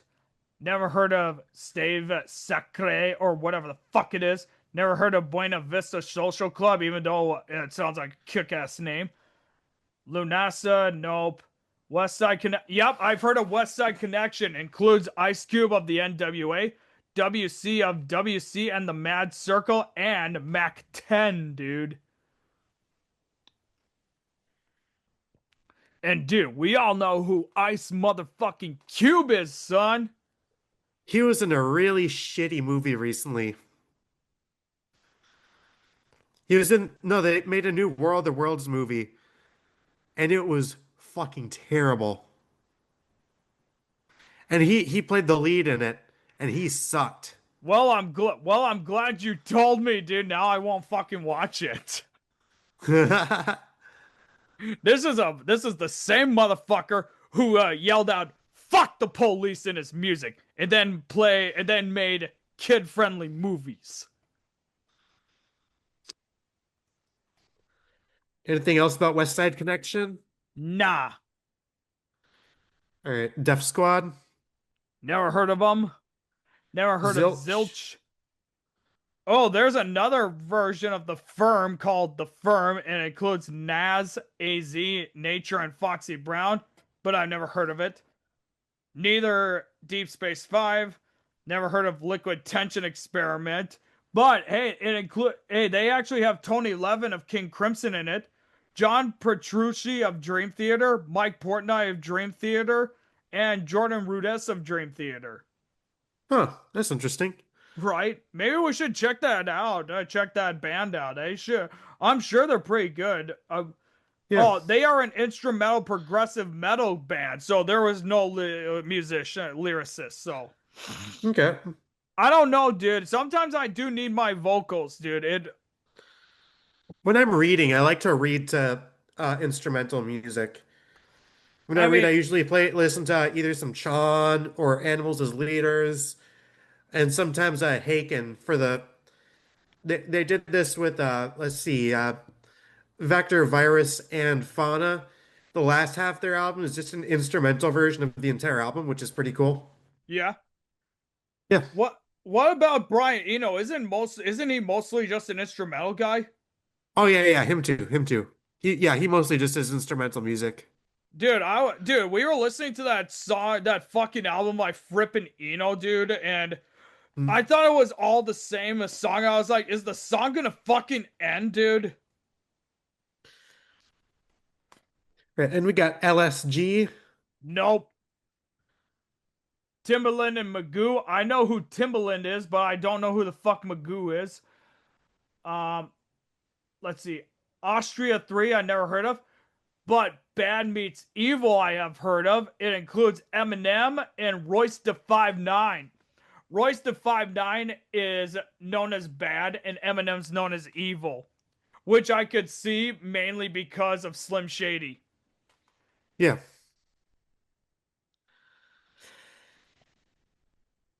Um, but there's only like a couple of songs that I know from them mostly, and it's mainly because of two songs that they contributed as Bad Meets Evil on the soundtrack for the movie Southpaw. Okay. And we got Cry Cry Cry. Never heard of them. Never heard of Phantomas. Never heard of Bloodbath. Never heard of Mass Mental. Eagles of Death Metal. I've never heard of. I'm a Robot. I've never heard of. Avantasia. Never heard of. Oh, let me take a look. Eagles of Death Metal. One of the members was Josh Homme of Queens of the Stone Age. Rotor Shaft, never heard of. Dark Lotus, Broken Social Scene, Dream Evil, Lucy Pearl, I know all never heard of.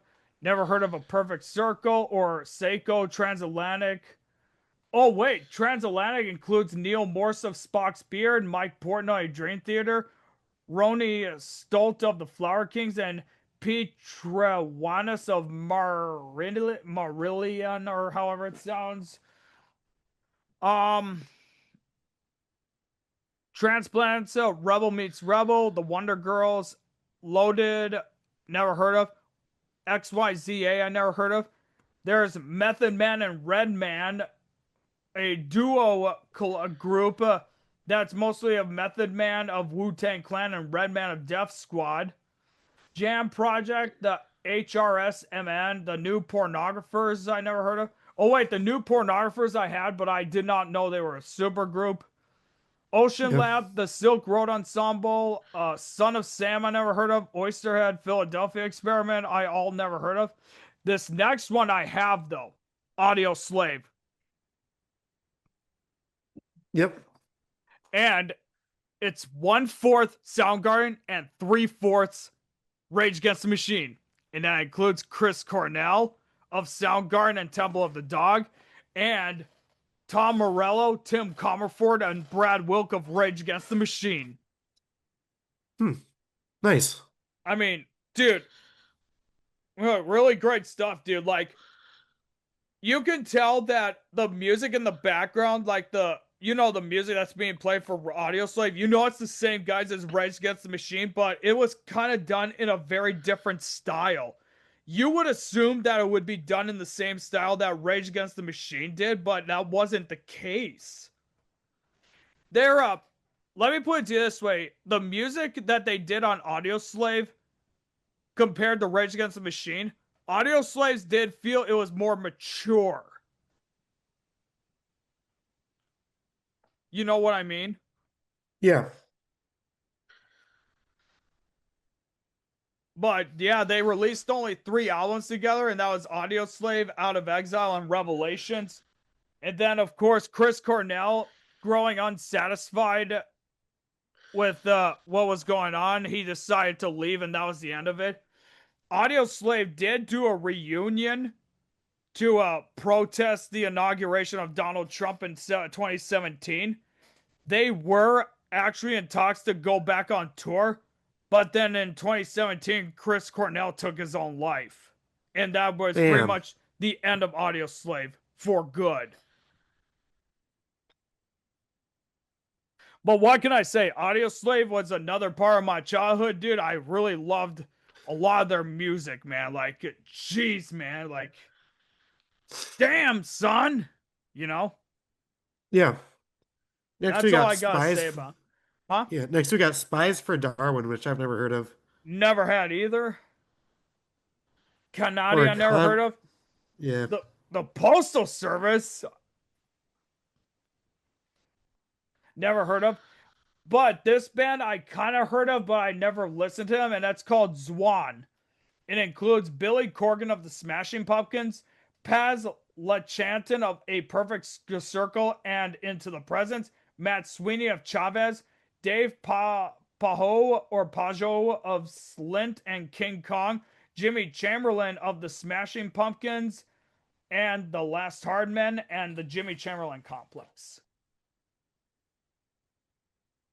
But I never heard of them, so. And we got go on to 2002. with Colonel Claypool's bucket of Bernie brains. That wouldn't be Bernie Sanders' brains, would it? No. Then I don't know, we dude. got He's kind of looking pretty brain dead or something. He looks like he's in a vegetative state at this point right now, so. we got Eyes Adrift, Oh Boxcar yeah, I heard. Racer.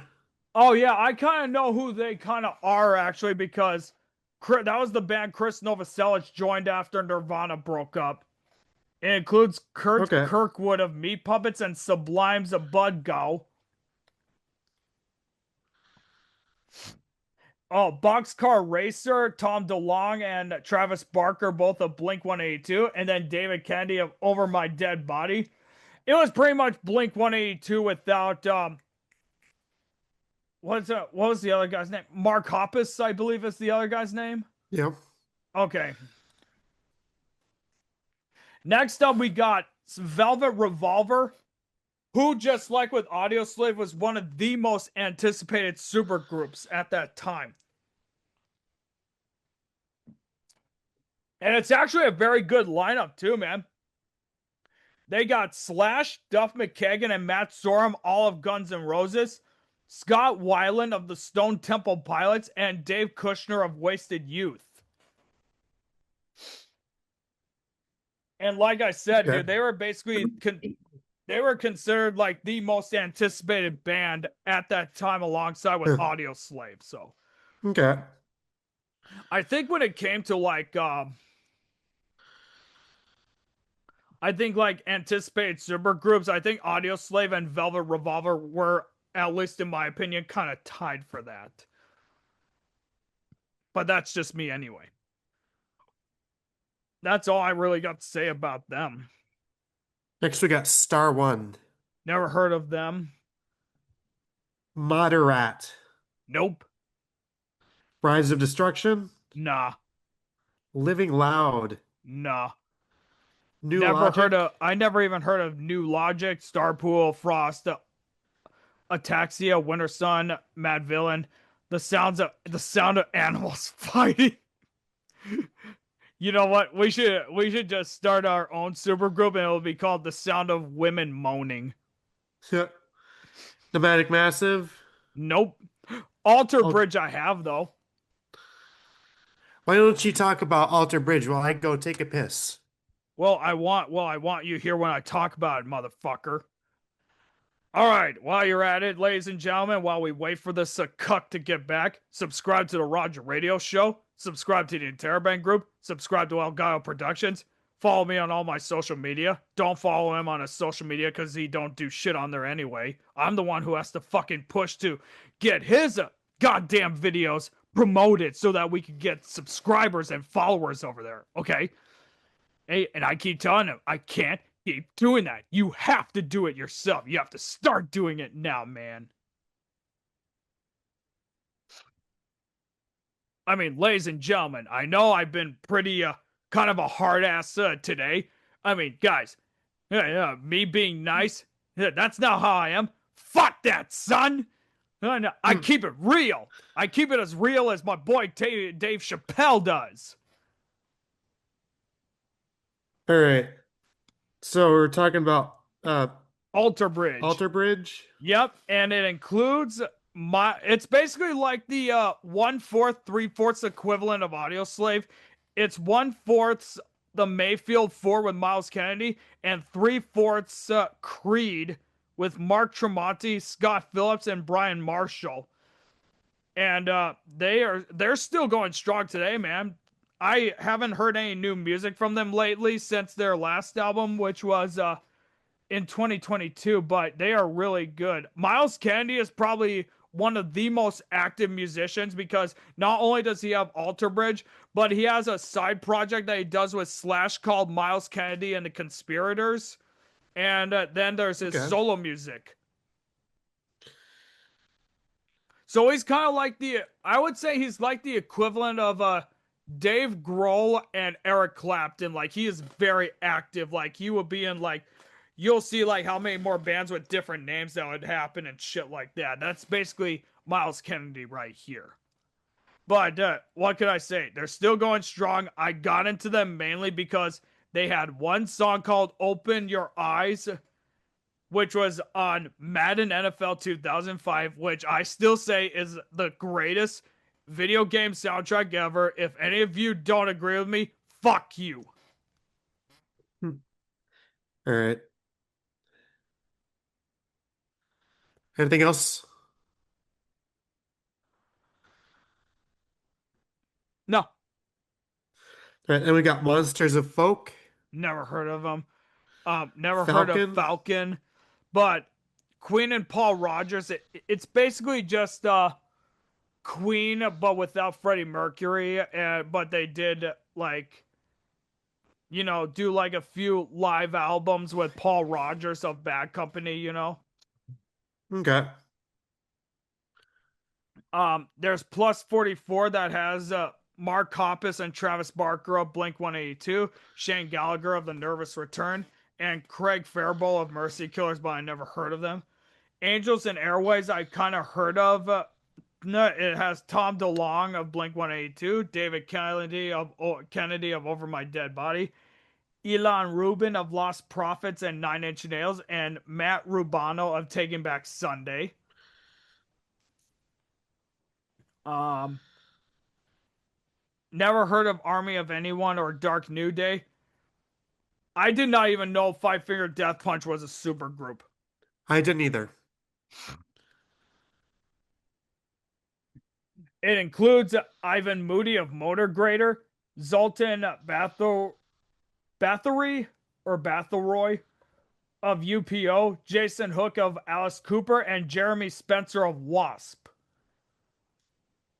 And I'm surprised they're still making music today. Like they pretty much release Yeah. something like every 2.5 years. So I don't know how they could still do it. You know, I just heard G Money. I was like, oh. All I don't think I even want to know right. what he's coming to right now, honestly. Then we got Heavens, Nope.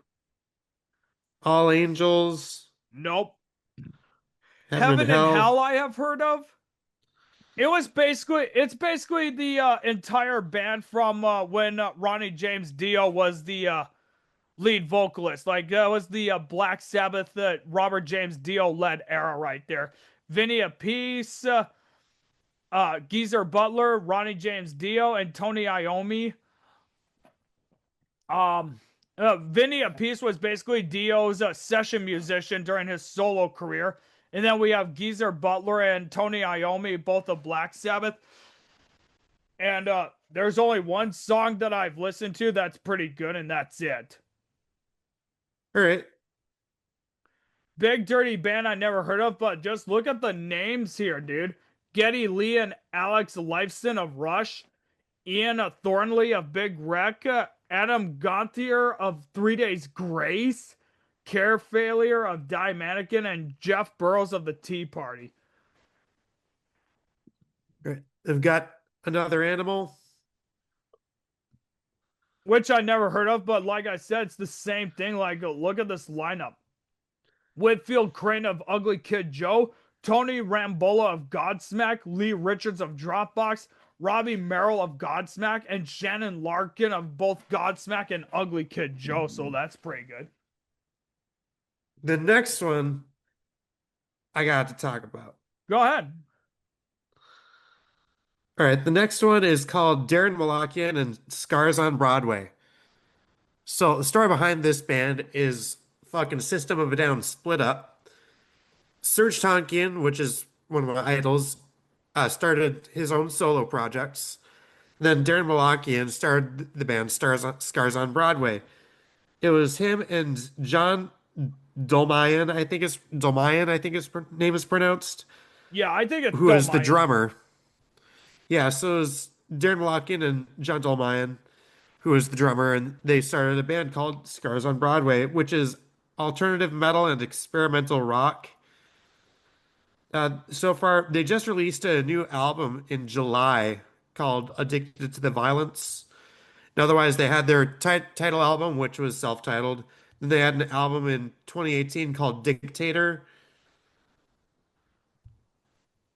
It's a pretty good group. I would highly recommend them. Yeah. Oh, look at this. It says that it was Addicted to the Violence was released on Darren's 50th birthday. Really? Yeah. Hmm. I'm looking at it literally right now. It was a Malakian's 50th birthday, man. So talk about a good birthday present for him, huh? Yeah. And we got a band called Black President, which I've never heard of. Let me take a look.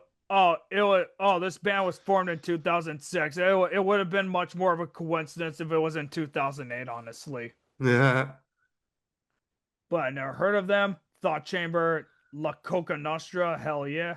Oh wait, not La Coca Nostra, no, but hell yeah, I actually have. There was a song that they had that's from the Madden NFL 2009 game. It consists of Chad Gray of Mudvayne, Tom Maxwell of Nothing Face, Kyle Sanders of Blood Simple, and Roy Mayorga of Stones Sour. It also includes the former members were Jerry Montano of Nothing Face, Bob Zilla of Damage Plan, Greg Tribet of Mudvayne, and Vinnie Paul of Pantera and Damage Plan. So, holy shit, it looks like a good lineup there. All right. And we got Against All Will. Nope. No, neither Cavalera Conspiracy, Magnetic Man, Child Rebel Soldier, Northern Kings, The Last Shadow Puppets, Work Progress Administration, Neon Horse, Amaranthe, uh, Amaranth. thank you, Apparantage, Big Red Medicine, and I all never heard of. Chicken Foot I have. And Chicken Foot, they are, it includes Sammy Hagar of Montrose and Van Halen, Joe Satriani of Deep Purple, Michael Anthony of Van Halen, and Chad Smith of Red Hot Chili Peppers.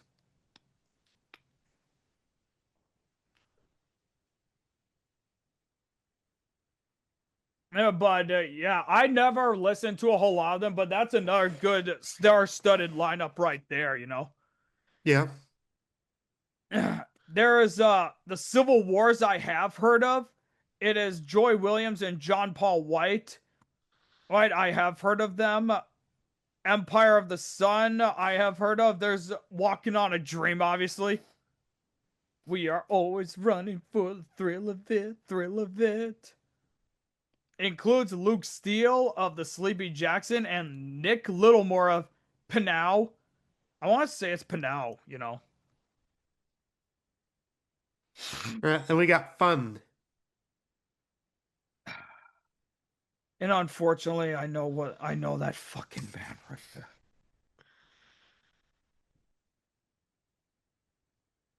One of the most fucking annoying bands.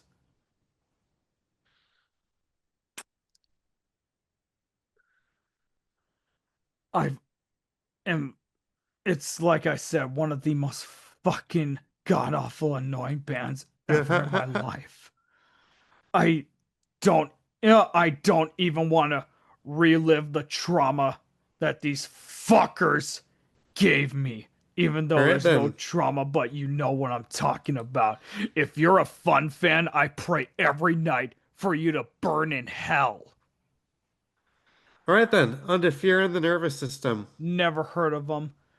Never heard of Inom Banaton and Elisa Weilerstein.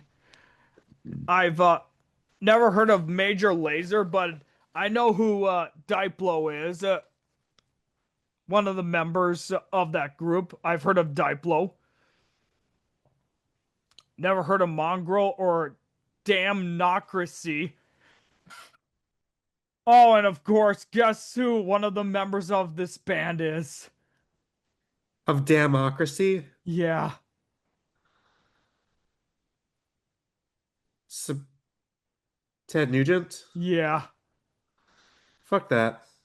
In addition to him, there's Sebastian Bach of Skid Row, Jason Bonham, the son of the legendary John Bonham, who was of UFO and Foreigner, Evan Seinfeld of Biohazard, and Scott Ian of Anthrax. We got Solution 45, Never heard of them. I've heard of Slaughterhouse. Slaughterhouse, yes. Crooked One, Joe Budden, Joel Ortiz, and Royce the 5'9".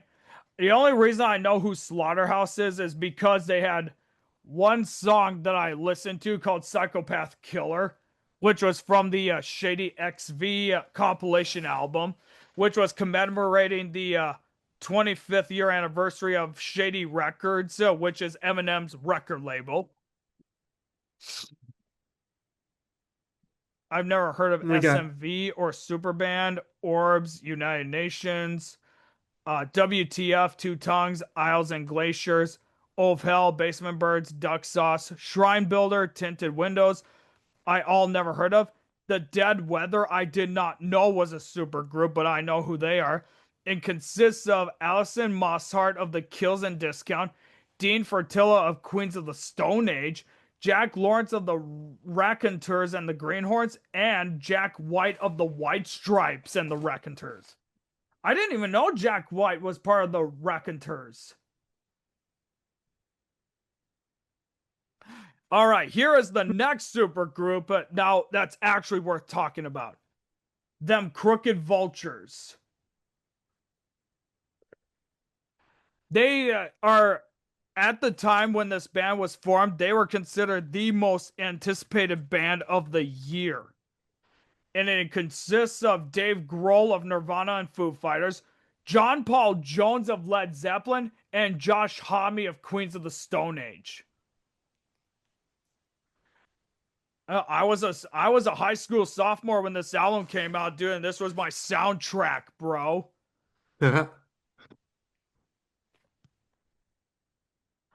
I just wanted to take a look at something quick here. I know that I think this album did really good. I think it ended up winning like a few awards, I think, right after the album came out, but I can't remember what it was Oh, they actually. only released that one album. Yep. But they have been saying something about like that they were going to be working on a second album, but nothing ever came of it and they never made any updates.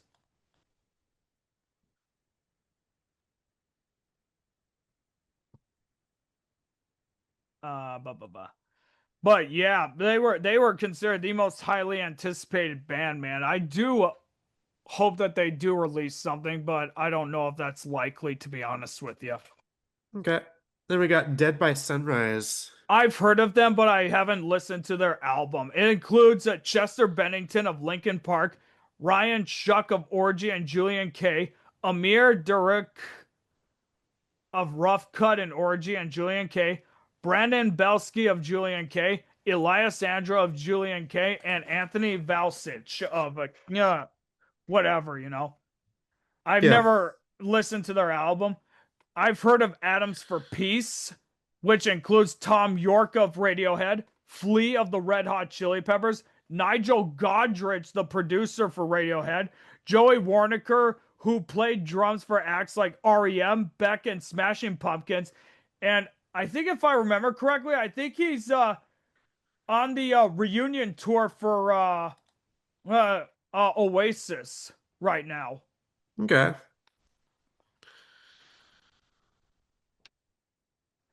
And then there's also Mauro Rafosco of David Byrne and Foro in the Dark. And yeah, he was the session musician for David Byrne's solo work. Yeah. Okay. I wasn't really a fan of the album because I've listened to it. I wasn't a fan. It kind of had like that Brian Eno-esque like sound to it. Which album in particular? Amok, AMOK is just what it's called. Oh, okay.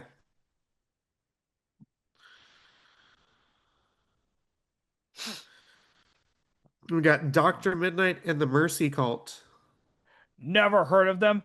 Black Hippie, I never heard of, but I like this lineup here. Kendrick Lamar, Absol, J Rock, and Schoolboy Q.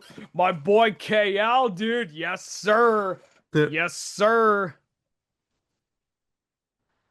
We got off with an exclamation point. Yep. Never heard of them. Never heard of. Let's see. We Are the Fallen, Broken Bells, Black Country Communion, The Damned Things, Destroy, Rebuild Until God Shows. Never heard of them all. Swedish House Mafia. I only know who they are because they appeared in one song off the Weeknd's album Dawn FM.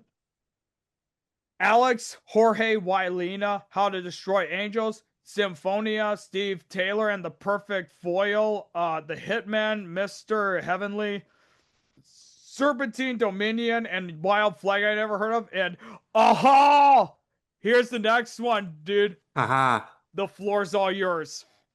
All right, this is a band I got into a few months ago that I'm really liking. By a few months ago, it might have actually been over a year. I suck at keeping track of time. Anyway, this band is called Flying Colors, and they are a progressive rock supergroup. So far, they've released 3 albums. The members are here. Let me see.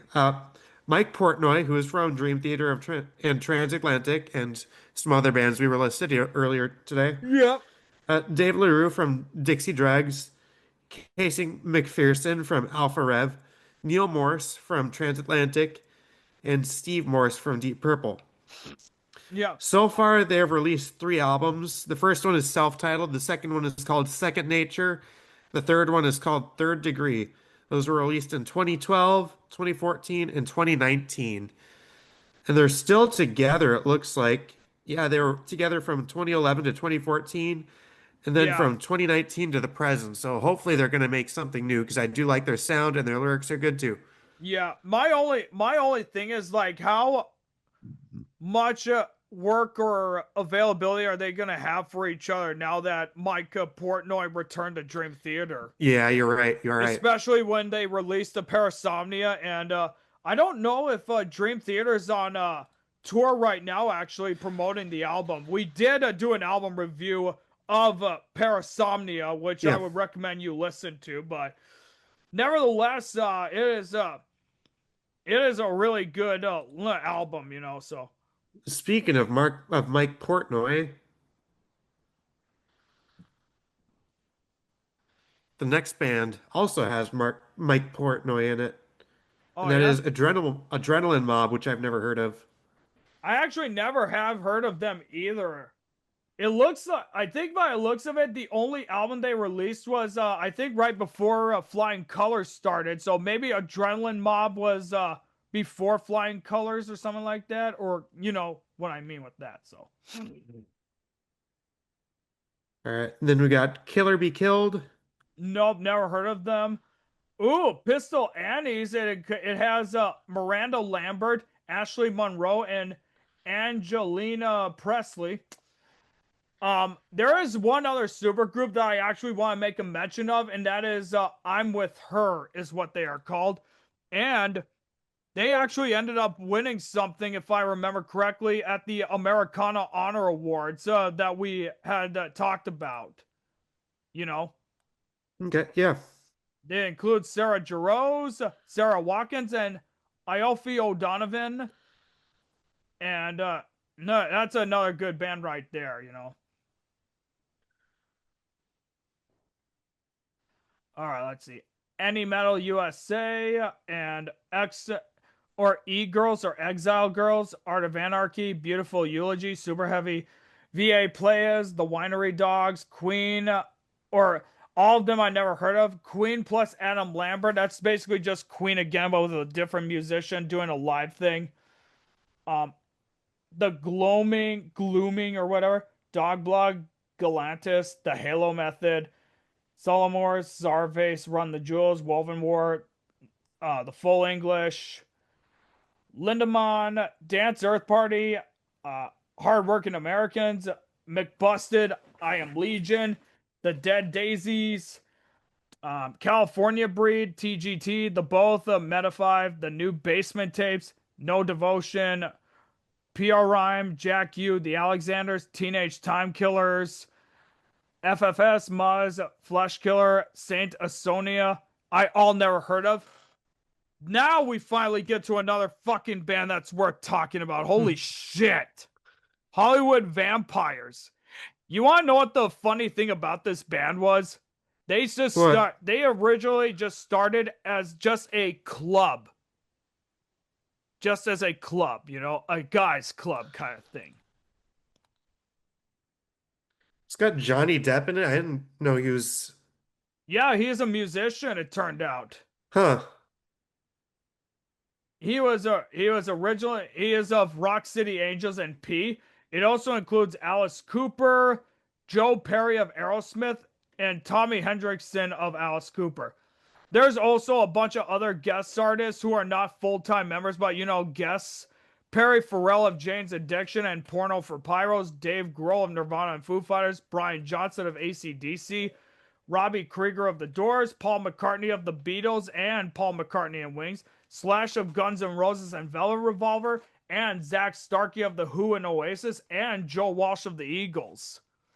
They have released Okay. two albums, Hollywood Vampires and Rise. And let me take a look. I can't remember if they're still together somewhat today or what. Yeah, they're still together. But yeah, isn't it just funny that this band was just originally made out of a Hollywood club or whatever? Yeah. All right. Next we have DNCE. Never heard of them or Vitimas, but I've heard of Sammy Hagar and the Circle, and I'm not a fan of Sammy Hagar and the Circle, honestly. All right. Dead Cross. Just give me a second. I was about to talk about him. It includes Okay. Sammy Hagar, obviously, of Van Halen, Chickenfoot, Vic Johnson of the Bus Boys, Michael Anthony of Van Halen, and Jason Bonham of Led Zeppelin, UFO, and Foreigner. And like I said, they're not excitable. So, Dead Cross, I never heard of. Nothing Left, Dream Car, Power Flow, Gizmodrome. I've never heard of them. Or Gizmodromi, I think is how it's pronounced. Yeah. Ooh, it actually includes a couple key names. Stuart Copeland of the Ooh, it's Police. got Adrian Belew in it. Yeah. Those are like only the only real highlights right there. It's Stuart Copeland and Adrian Belew, so. Then we got what is supposed to be the Rage Against the Machine 2.0 right here called Prophets of Rage.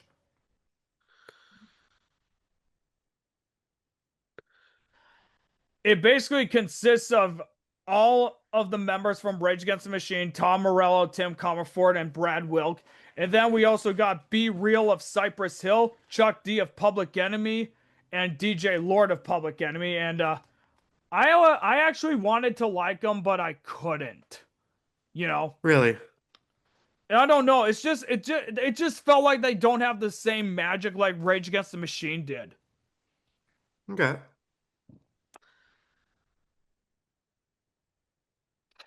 Sinsanum.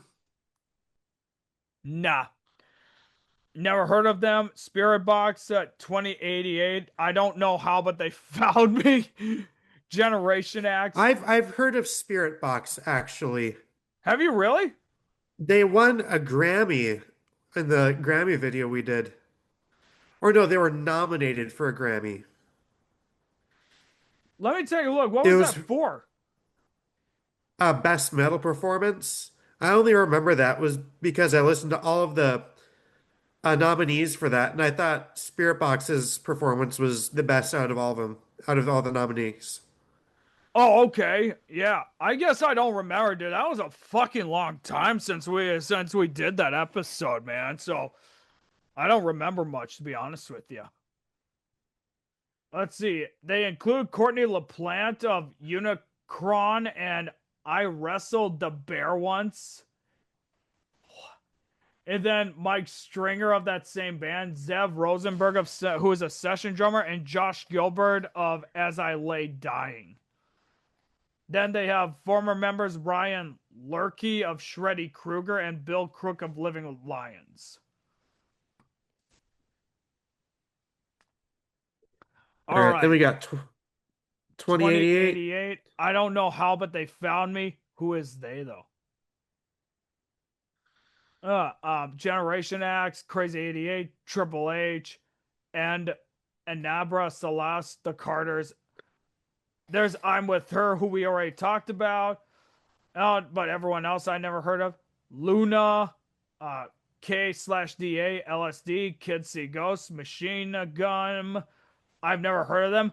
Boy Genius, I have heard of. PB Bridgers, Julian Baker, and Lucy Dacus. They actually do make some great music. I really like them. Yeah.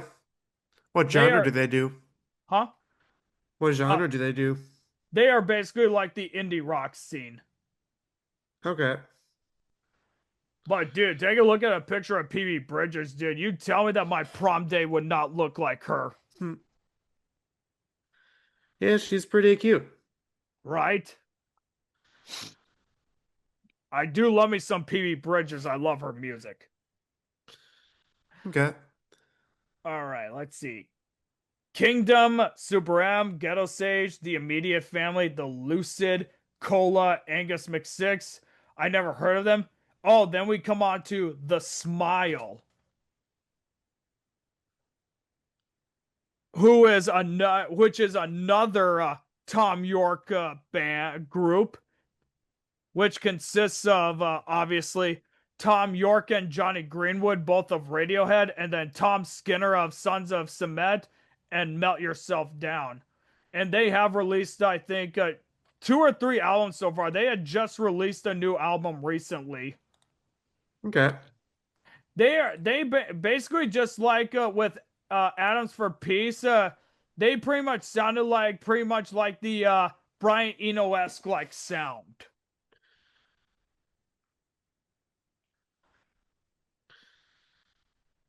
But yeah, I know that this was the one band that Tom York and Johnny Greenwood were mainly focusing on outside of Radiohead. And now with Radiohead going back on tour again, Smile is going to be like put aside for a while. Okay. Then we've got LS Dunes. Never heard of them. Never heard of Elegant Weapons or EI7Z Up. Never heard of them. Okay, so we finally got through all of them. Like, holy fuck, man. So Uh-huh. now here is a few super groups here that are groups with fewer single slash album releases or live audio appearances. There was the Million Dollar Quartet of Elvis Presley, Jerry Lee Lewis, Carl Perkins, and Johnny Cash. It was basically an impromptu recording session as a later released as a 47 track compilation. Um, Basically nothing came out of that group. There was Eric Clapton's Powerhouse. The band did not release any albums. In fact, they recorded only 3 singles featured in the Elektra compilation What's Shaken. It had Eric Clapton, Paul Jones of Manfred Mann, Jack Bruce, Steve Winwood, Pete York, and Ben Palmer. Then there was the Super Blues Band that had Bo Diddley, Muddy Waters, Little Walter, and Holland Wolf, who are considered some of the all-time greatest blues musicians, at least for like the Chicago sound or Delta blues sound or however it was at the time. Then there was the Dirty Mac that consists of John Lennon of the Beatles, Eric Clapton, Keith Richards of the Rolling Stones, and Mitch Mitchell of the Jimi Hendrix Experience. They only performed one time, and that was at the Rolling Stones Rock and Roll Circus television event.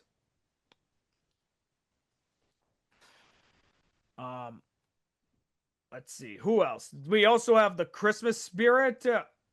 They only released one song called "Christmas Is My Time of the Year," which included Chip Douglas of Modern Folk Quartet and the Turtles and the Monkees, Howard Kaylan of the Turtles, the Mothers of Invention, Flo and Eddie, You say Mark. Mothers of Invention? Yeah, the Mothers of Invention. That was Frank Zappa's band. Really? Yeah. Let me take a look. Oh, you're right. Yeah, it was. Like, what was it? Just a band that he did right before his solo career, or did they were they kind of like a backing So band?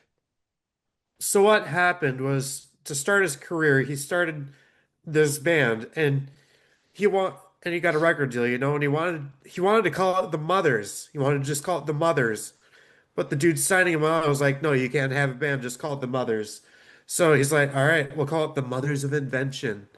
And so then that was, and after a while, for a while, it was the Mothers of Invention, Frank Zappa and the Mothers of Invention. Then Yeah. eventually it was just Frank Zappa. All right. I hear you, man. Yeah, that's pretty cool, man. It's really cool. Yeah. Holy shit, they got a lot of members here. It also included Mark Volman, or yeah, I already said him.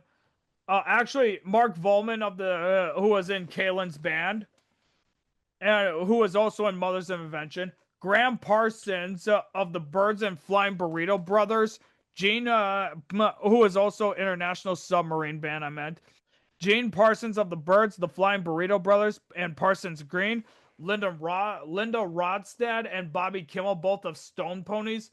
Henry Diltz of Modern Folk Quartet and the Monkees. Cyrus Faryar of Modern Folk Quartet, the group with no name also. And Bessie Griffin with the Gospel Consolidators and the Caravans and the Gospel Pearls. All right. Just give me a moment. There's like a few more that I gotta read through quick. There was the Plastic Ono Band also, and we know who they kind of are. John Lennon, Yoko Ono, Eric Clapton, George Harrison, Klaus Vorman of Manfred Mann, Alan White, who would later join Yes, the Beatles, Ringo Starr of the Beatles, and Keith Moon of the Who was also in it too. Okay. They pretty much only did like one band. They only released like two albums, and that was, of course, only John Lennon's solo albums. So the Plastic Ono Band was more like with Blizzard of Oz. They're basically Plastic Ono Band was basically his session band. So Okay. next up, we got Lord Such and Heavy Friends. It includes Screaming Lord Such of the Savages, Jimmy Page and John Bonham, both of Led Zeppelin. Okay. Jeff Beck, Noel Redding of the Jimi Hendrix Experience, Nicky Hopkins of Sweet Thursday and the Rolling Stones, and Carlo Little of the Savages. They released only one album called Smoke and Fire. Next we got Tyrone Shoelaces. That included Cheech Marin and Tommy Chong, dude. Yeah. Cheech and Chong. Yeah. And they included also George Harrison, Klaus Vorman, Jim Kelter, who was a session drummer and who actually was the session drummer for the Traveling Wilburys, Carole King, Billy Preston, Nicky Hopkins, Michelle Phillips of the Mamas and Papas, Darlene Love of the Blossoms, Ronnie Spector of the Ronettes and the Blossoms, and Dick Slide Hyde, who was in numerous big bands. They appeared only on the single Basketball Jones. And it was basically a song that was by Cheech and Chong in their music album Los Chochinos. I already knew that Cheech and Chong was kind of like a band somewhat.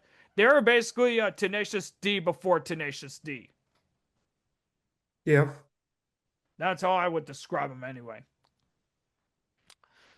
Next up, we got Dolenz, Jones, Boyce, and Hart, who released one album only. It's Mickey Dolenz, Davy Jones, both of the Monkees, and then Tommy Boyce and Bobby Hart, both of Boyce and Hart.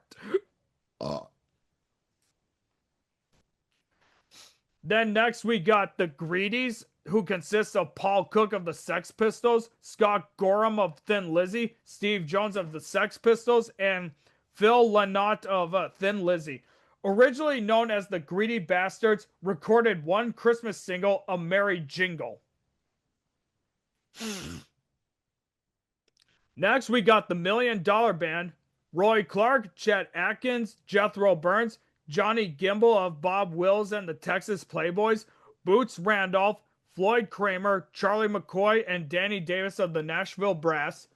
Recurring house band on the TV series Hee Haw, most were session members of the Nashville A Team and had solo careers as instrumentalists. Next, there's Checkered Past with Michael Dave Barris, Detective and Silverhead, Steve Jones of Sex Pistols, Frank LaFonte of Blondie, Clem Burke of Blondie, Nigel Harrison of Blondie, and Tony Fox Sales of Iggy Pop. They released one album called Checkered Past in '84. Then there's The Glove, Robert Smith of The Cure, and Steve Severin of Susie and the Banshees, who released one band album called Blue Sunshine. Oh, man.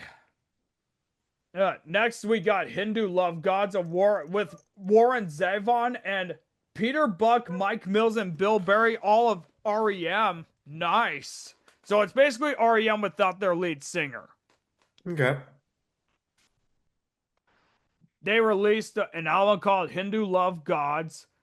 Also recorded Sentimental Hygiene under Zevon's name, his only name. Okay, so this next one here, it's this supergroup's name is actually unknown, but it includes Phil Keaggy of Glassharp, Second Chapter of Axe, and a band called David. He had a bunch of supporting members, which are too much to name, but all I could say is that it's an unnamed supergroup, but apparently they did have a name for it, but it's unknown what it is. Next, we got the GAC, which is they played 2 charity concerts in 1990, so it was just only like the Dirty Mac. It includes Sebastian Bach of Skid Row, James Hetfield of Metallica, Duff McKagan of Guns N' Roses, Axl Rose and Slash, both of Guns N' Roses, and Lars Ulrich of Metallica. I think this was, you know what, honestly, I think because of this so-called group right here, I think this was what inspired Guns N' Roses and Metallica to go on tour together when they released their 1991 albums. Because Metallica released their Black album, and then Guns N' Roses released both their Use Your Illusion albums.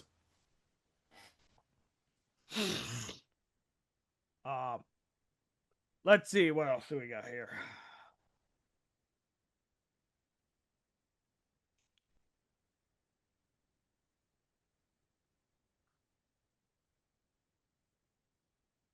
Oh, man.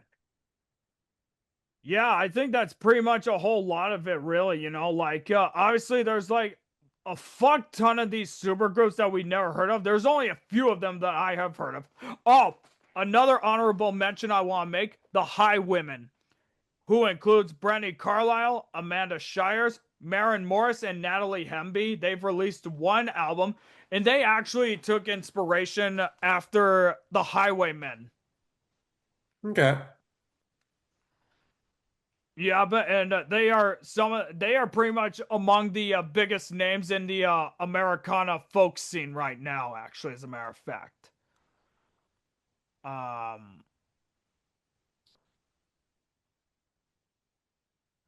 so it's actually a good thing that I actually brought that up before I forgot. To be honest with you, Yeah. that's pretty much all I really got to say about them, man. What do you think? No, I think there's some really good ones there. A lot of them that I've never heard of and probably will never listen to. Right? I'm just waiting for a new fucking Flying Colors album. I would love that. Right? I'm just pretty much waiting to see what happens, you know. You know what I Yeah. mean? Okay, so anything else you want to say before we sign off, I guess? Nope. Well, Make sure you subscribe to the Interrobang group, subscribe to this show, Agar Productions. yeah. And ladies and gentlemen, if you'll excuse us, we gotta get drunk, but yeah, subscribe to everything. The link to the other channels will be in the description below. Be sure to subscribe to this channel for a free iPhone 17 or whatever fucking generation it is. And also subscribe to the Interrobang group and you will get a free beer. And then subscribe to All Guile Productions so you don't get cock-blocked for a don't cock-block me card. You know, like a get out of jail free card or whatever. Ladies and gentlemen, thank you all so much for listening in. And as always, until next time, ta-ta for now! Peace.